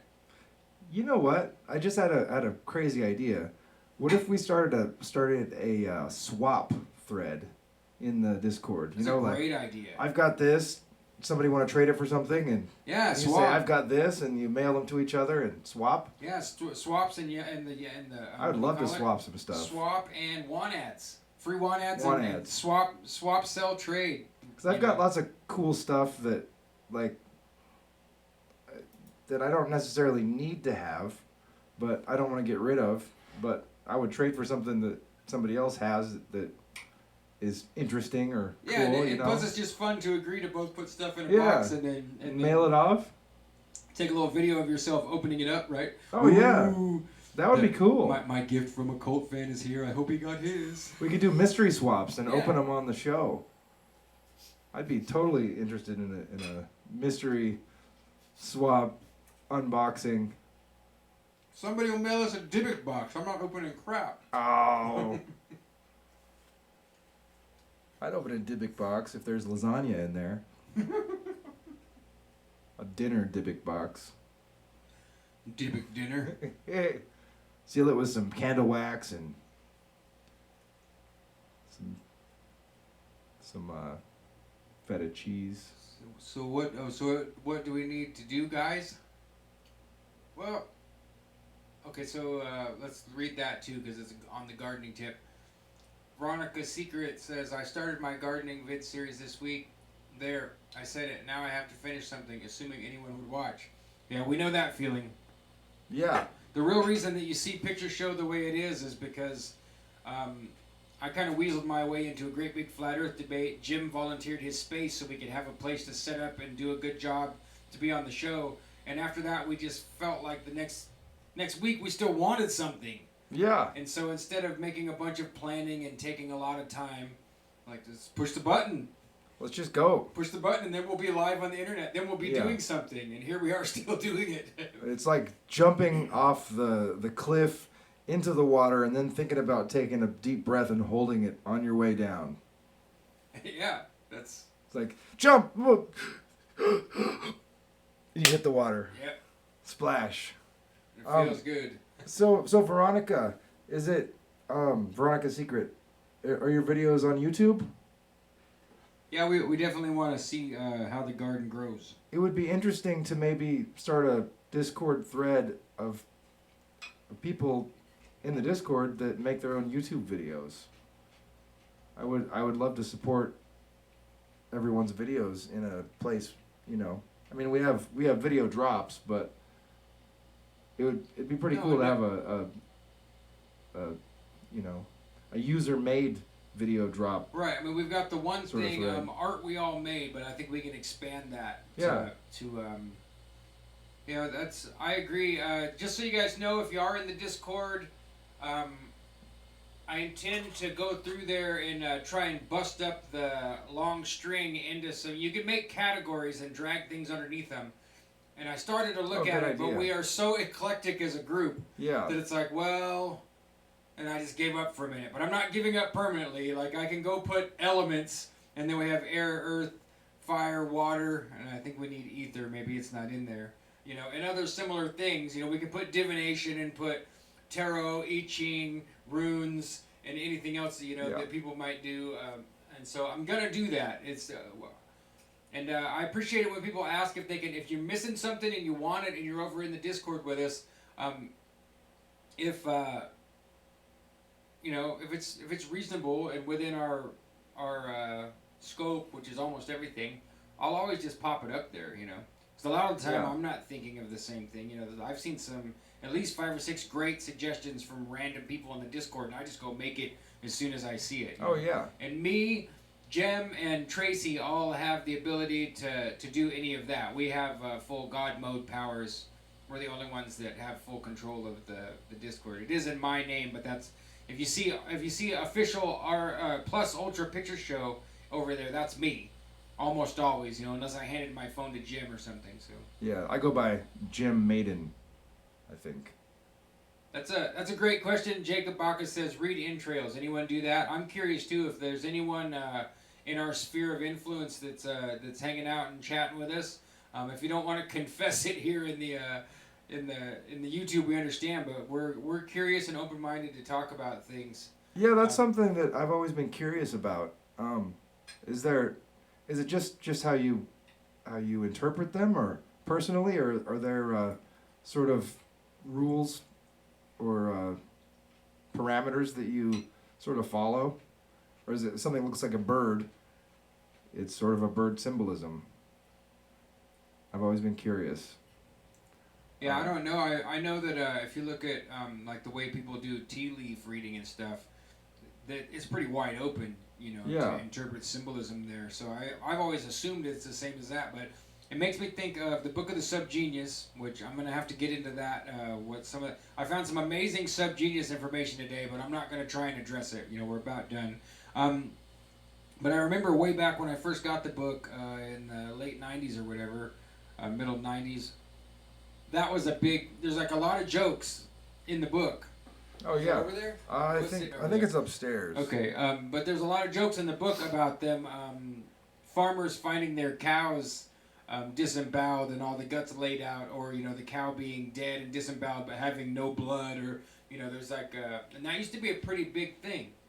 I don't think it's aliens. I think it's offshoot It's the same technology. thing. Yeah, it's a combination of technology and ritual occultism stuff. again, And scientific experiments, perhaps. Cows are very close to human beings as far as running tests on them. So I mean, you can try something on a cow and get pretty similar results. Like drug trials or blood sort of experiments. Get pretty similar results as you will with a human being. I think more so than like a white mouse. Jacob Baga says maybe we can read Mr. Ratto's entrails. Well, we're probably going to have to... That's a great idea. Somebody call a necromancer, because we're going to have to bring that guy back to life. We should make Mr. Ratto hats. Yeah, I love the idea of... I really want to get Mr. Ratto, but it's kind of a little... It's a bridge too far to ask Tracy Twyman to scrape roadkill up and bring out. He's still there, right? Yeah. We'll have to go down there and pick him up. Maybe, yeah, that's true. Maybe we can make an in real live stream of us getting him. Yeah. As long as he's still there. We could melt the flesh off his bones with boiling water or insects. Young Poogaloo says he used to trip with his cows. Him or her, I'm sorry, your name is not definitive. Or, if you choose neither or something different, that's fine with me, of course, too. It's a great name, Young Poogaloo. Did the cows trip? Also? I assume usually animals act different if they can tell you're on drugs, so... Yeah. I've heard of cow tipping, but never cow tripping. Cow tripping? We don't go cow tipping on Picture Show. We go cow tripping. Cow tripping. I be a dude. Well, welcome to the chat, dude. And, that's got me thinking now. That made me think of... Yeah, definitely don't go to cow tipping. It's insanely bad idea. Cruel to the... I've always heard it was fake and that they won't tip over too, but I would never do that to a living being. A living thing. I've never seen a cow really sleeping. I mean... They just stand there and get quiet, Yeah. If you've ever gone out in the dark where all the cows are supposedly sleeping and tried to walk across the field, they all wake up and come over to you and stare at you and go, brrr. Like, are you going to feed me? Why are you in here? You bring alfalfa? The buzzards were circling the woods in front of my house yesterday. There was quite a few of them, so maybe there's something I could read. That's a good point. Was that the same as an old-fashioned post on the internet? Like, oh man, those buzzards have been there for 3 days. I better walk over there and see what it says. Yeah, I guess so. It's the equivalent of an entrail daily news. They think you got grain. I'm sure that's true. So I was gonna say that we're gonna be we're gonna need some memes that brand our show, I think. So if you guys that like to make memes would like to make some RX Only Picture Show Plus Ultra memes specifically and throw them in the meme thread on Discord, we would be happy to use them for our show. I think we're gonna use a lot of the memes, but I think we want to specifically have some that brand our show for when we we have big guests and we get rebroadcasted onto Yeah, we recently had the question come up, and just so you guys know, I'm completely fine with anyone sharing, downloading, or re-uploading any clips from any of our shows. I don't have any problem with that. But that question came up if we were going to take a particular interview, I'm not going to say who, but how would we feel about the potential of rebroadcast? And they are someone that might be pulling a considerably larger audience than what we see most of the time, Yeah. Similar to Tracy, but the idea was, okay, well that means maybe sometimes in a situation like this, maybe we need to change it up a little bit, not kowtow, but to make whatever we know is coming next appropriate for the greater scope. And so the idea of having 5 or 6 different sets of memes on hand for the introduction, and I really can't see changing the... Or a whole special roll of memes that specifically, you know, brand us, you know, with the RX Only Picture Show, Plus Ultra, I Wish It Was Wednesday, one, all, or, you know, one, two, or all three of those things in them would be appropriate, Yeah. I think. And It'd be really helpful if you guys are interested. yeah, just let us know. Either way, you know, you can find us on. I'm definitely on Facebook, and I'm on Instagram. I have a lot of my own digital art is on Instagram. Jem and I both are on Twitter, you know, throughout the day. You know, you might be able to find Jem on Facebook, but don't message him or friend him because he won't accept it because he's not. I don't really like to go there. He's not really there. I don't want to have a dossier on me, on myself, so that's why I quit. I mean, I started a Facebook because I had a friend that moved to Japan, and it was the only way I would have to contact him. Mm-hmm. So I made a Facebook, and then I used it like once, and then I like wanted to talk to him again, and I couldn't remember how to get into my Facebook, so I made another one, and then I talked to him again. I think maybe used it like twice since then. But Is he still over there? no, he's back here. He actually commented on one of our early videos about we were talking about the possibility that nukes are hoaxes. I remember. And he lived in Nagasaki for like 8 years, and he was like very adamant that he knew people that were there and were victims of the bombing. Yeah. And that it was real. And I don't know, it's hard to say whether or not it was an actual nuclear explosion. I mean, it could have been a TNT style super megaton explosion, and it's really hard to say what the differences are. Yeah, that brings us back to the same. I remember that because he was pretty upset, and then you guys talked privately for a little while, and it seemed like you resolved it. I remember, but Yeah. not perfectly, because it's back to what we were talking about: is that you bring up something shocking and uncomfortable, or you find it and you go try to confirm or deny it, and Well, it's like saying maybe the facts aren't really what we've been taught the facts are for the Holocaust. Like, some people say that maybe the numbers are different for the amount of people, or yeah, and you that know. that right there is enough in some countries to get you literally thrown in prison, and it's enough that if we were to digress right now on that subject, we could totally screw up everything we got going on YouTube, just because it's not cool, right? Like, Yeah. people are so offended that you say anything, you know. I was talking to my parents about conspiracies one time, and I was just telling them about all the cool conspiracies there are out there. You know, I guess conspiracy theories, and I mentioned flat Earth and aliens, and I mentioned the thing about the Holocaust facts being maybe different than propagandized, and they wouldn't even listen. They just went, "Are you a Holocaust denier? You're not a Holocaust denier, are you?" I was like, "Whoa." No, that information's out there, and if you're not careful, you might click on it and see something. That's it, you know, like. Well, here's some of the bizarre evidences, but they didn't want to hear it because they had been programmed that the Holocaust deniers are, it's like a hot button thing. Do you remember that movie with Dan Aykroyd, where like they're basketball fans? Like, that one was really obvious. It made itself really obvious. I can't remember the name of it. Someone in the chat want to look it up. It's a Dan Basketball Aykroyd fans. basketball comedy. Him and another guy. But Dan Aykroyd's character is obsessed with Israel, and it's all about that. Like, it's this almost Keystone Cops framing of the same issue you're talking about. And so we see this all around with everything, right? We see all this.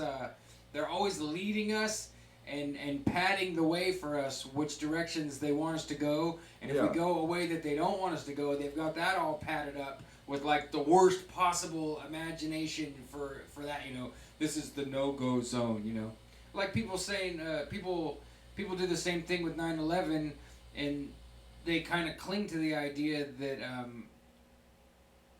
I almost said Obama. Osama bin Laden is. Obama bin Laden. You know, like if you take that piece out, that he's the mastermind, then there's like this malaise of confusion that comes over. You know, well, how does it all make sense then? You know, I don't know. That's the start of the whole game, right? That, you know. Yeah. Next thing you know, you got a live stream on YouTube. Yeah. And it's just interesting. I mean, I've seen a lot of movies about the Holocaust. I've seen some people in real life on a bus one time when I was in Hawaii. I saw an old lady, and she had the tattoo, the Holocaust number tattoo on her arm. But I mean, I met a guy from Croatia that was involved in a very similar sort of thing. I mean, when he was a kid, he was held prisoner and he ended up being held prisoner for like 4 years, and his captors gave him little things. He got like a sweater, like a knitted sweater, and they gave him some grenades, like over the years to play with, because he would always like, you know, run errands for him and do things for him. So right. They gave him like 4 grenades. So he's just a prisoner of war? Is that how he got captured? Yeah, okay. Yeah, he got captured during in Kosovo, I guess, and he was at this bunker where all these soldiers were at, and he waited till it was a New Year's Eve, and all the soldiers got drunk, and he saw his chance, and so they all passed out inside the bunker, and he had all the grenades hidden, and he took all the grenades and put them in the middle of the bunker, and he unraveled his sweater, and he tied his sweater through all the pins in the 4 grenades that he had, and he went outside the bunker, like a ways out, and pulled the strings out and exploded the bunker. And then he ran through the woods, and he ran like all night, and he ran into some American soldiers, and he said that they gave him an apple, and they gave him a knife to cut the apple with, and he was so happy that he saw somebody, and they took him. They took him refuge, Mm-hmm. and they took him to the United States, and they said, "Where do you want to go?"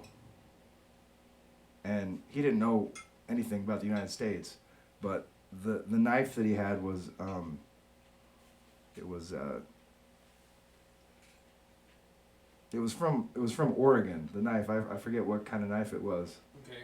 But he said, "Take me where they made this knife, because it was like such a beautiful knife." And so they took him to Oregon, and he ended up moving there and becoming a butcher at a Safeway. That's like where I met him. And he got kidnapped on his birthday. His dad took him out fishing, and they rode a bus to go fishing, and the bus got held up, and his dad jumped off out the front, and he jumped out the back, and they caught him, and his dad got away. Wow. He never saw his family again. And it was one of those moments where, you know, somebody tells you a story, and it's just. Yeah, that's so. My mind is blown. I mean, I don't know if you guys are catching all that, but Jem's talking about someone that he actually knows, or I mean, I assume he's still around. Yeah. Let me get this straight. So the guy is Croatian. Him and his dad were on a bus to go fishing together. On his birthday. On his birthday, they got held up in a war zone, or by Yeah, the enemy. bus got stopped, and some guys came on, and they were taking prisoners, and everybody just bailed out of the bus, out of the back and out of the front. Right, like you would, you know, like, Yeah. oh, we're being invaded, you know, Yeah. they're actually invading the bus, they're coming in. So he jumped out the front and his dad went out the back. He jumped out. It's one of those things. Everybody that jumped out one side got captured, and everybody Right. that jumped out the other side got away. Like being in a kegger Yeah, in the worst way.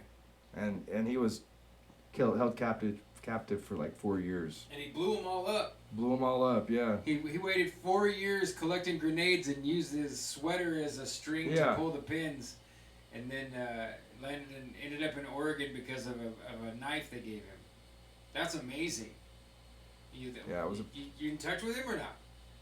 No, I'm not. It was a. I had a girlfriend a long time ago in Portland, and she had a friend whose birthday it was, and it was her boyfriend. And so I went to this birthday party and just sat next to this guy and started talking to him and asked him where he was from. And he told me this story, and it was like one of those moments where somebody tells you a story about their life that they haven't told anybody in like 5 years. Yeah. And you're like, wow, and it was a very emotional story. Yeah, that's me and him were both in tears at this birthday party. You know, just tears were coming down. Like, yeah. And I never saw him again after so that. there was no reason to ever doubt him at all. Yeah. Obviously, the way you're telling the story doesn't sound like There was- where you're like, I wonder if this guy's full of it Yeah, or not. It sounds I didn't think that it was a legitimate story. That's crazy. But I mean, that kind of stuff happens all over the world and has happened, and we don't. It's not. There's no movies about that kind of stuff. I mean, there's very few movies about Holocausts in other than the World War II Jew situation. Yeah, they've so overemphasized everything in World War II, and even in my opinion, minimized the Soviet version to a good bit. I mean, it's definitely still in there, but I've always scratched my head on. They painted Joseph Stalin not as a good guy, but as like the worthy adversary to be feared. You know, like him and Churchill and who was it for us? Roosevelt, FDR, right? World War II. World War II. Wasn't it? I'm I'm losing my train of thought here. I think so. But yeah, they always portray Stalin, well, not as negative, you know, not in as negative of a light. But I agree that like the things that we would all choose for entertainment to be based on are really far from what they give us. They give us this redundancy of the hero's journey, war movies that essentially promote you into thinking in a militarized way, and if you're the right kind of person to think about signing up. I remember seeing that a guy said Top Gun was the best recruiting film that the Navy had ever made, right? Yeah. And that makes a lot of sense, you know.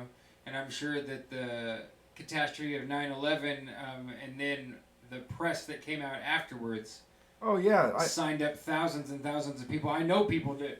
That's what they said. Yeah. I went to sign up because I felt attacked, you know. I went to a bar the night of 9/11 and in Gresham, Oregon, this town I was at that time, and I met a random guy at the bar, and he was like, he knew all of a sudden that it was, you know, he knew that it was Arabs because of the slant that the news had, terrorists. Right. And he was signing up. He was going to go that next morning, the next day, and sign up for the army, and it's. Yeah, this guy's saying that's what he did. Here, man. We understand that. We don't. I hate people that get far deep into politics and then they start putting down soldiers or people who enlisted or whatever. I can't justify in my mind supporting any military anywhere in the world, but it doesn't mean that people didn't go with the best of intentions and or try to better themselves. So I always. You do it for the right reasons, and it's a noble cause, and you know wars need to be fought.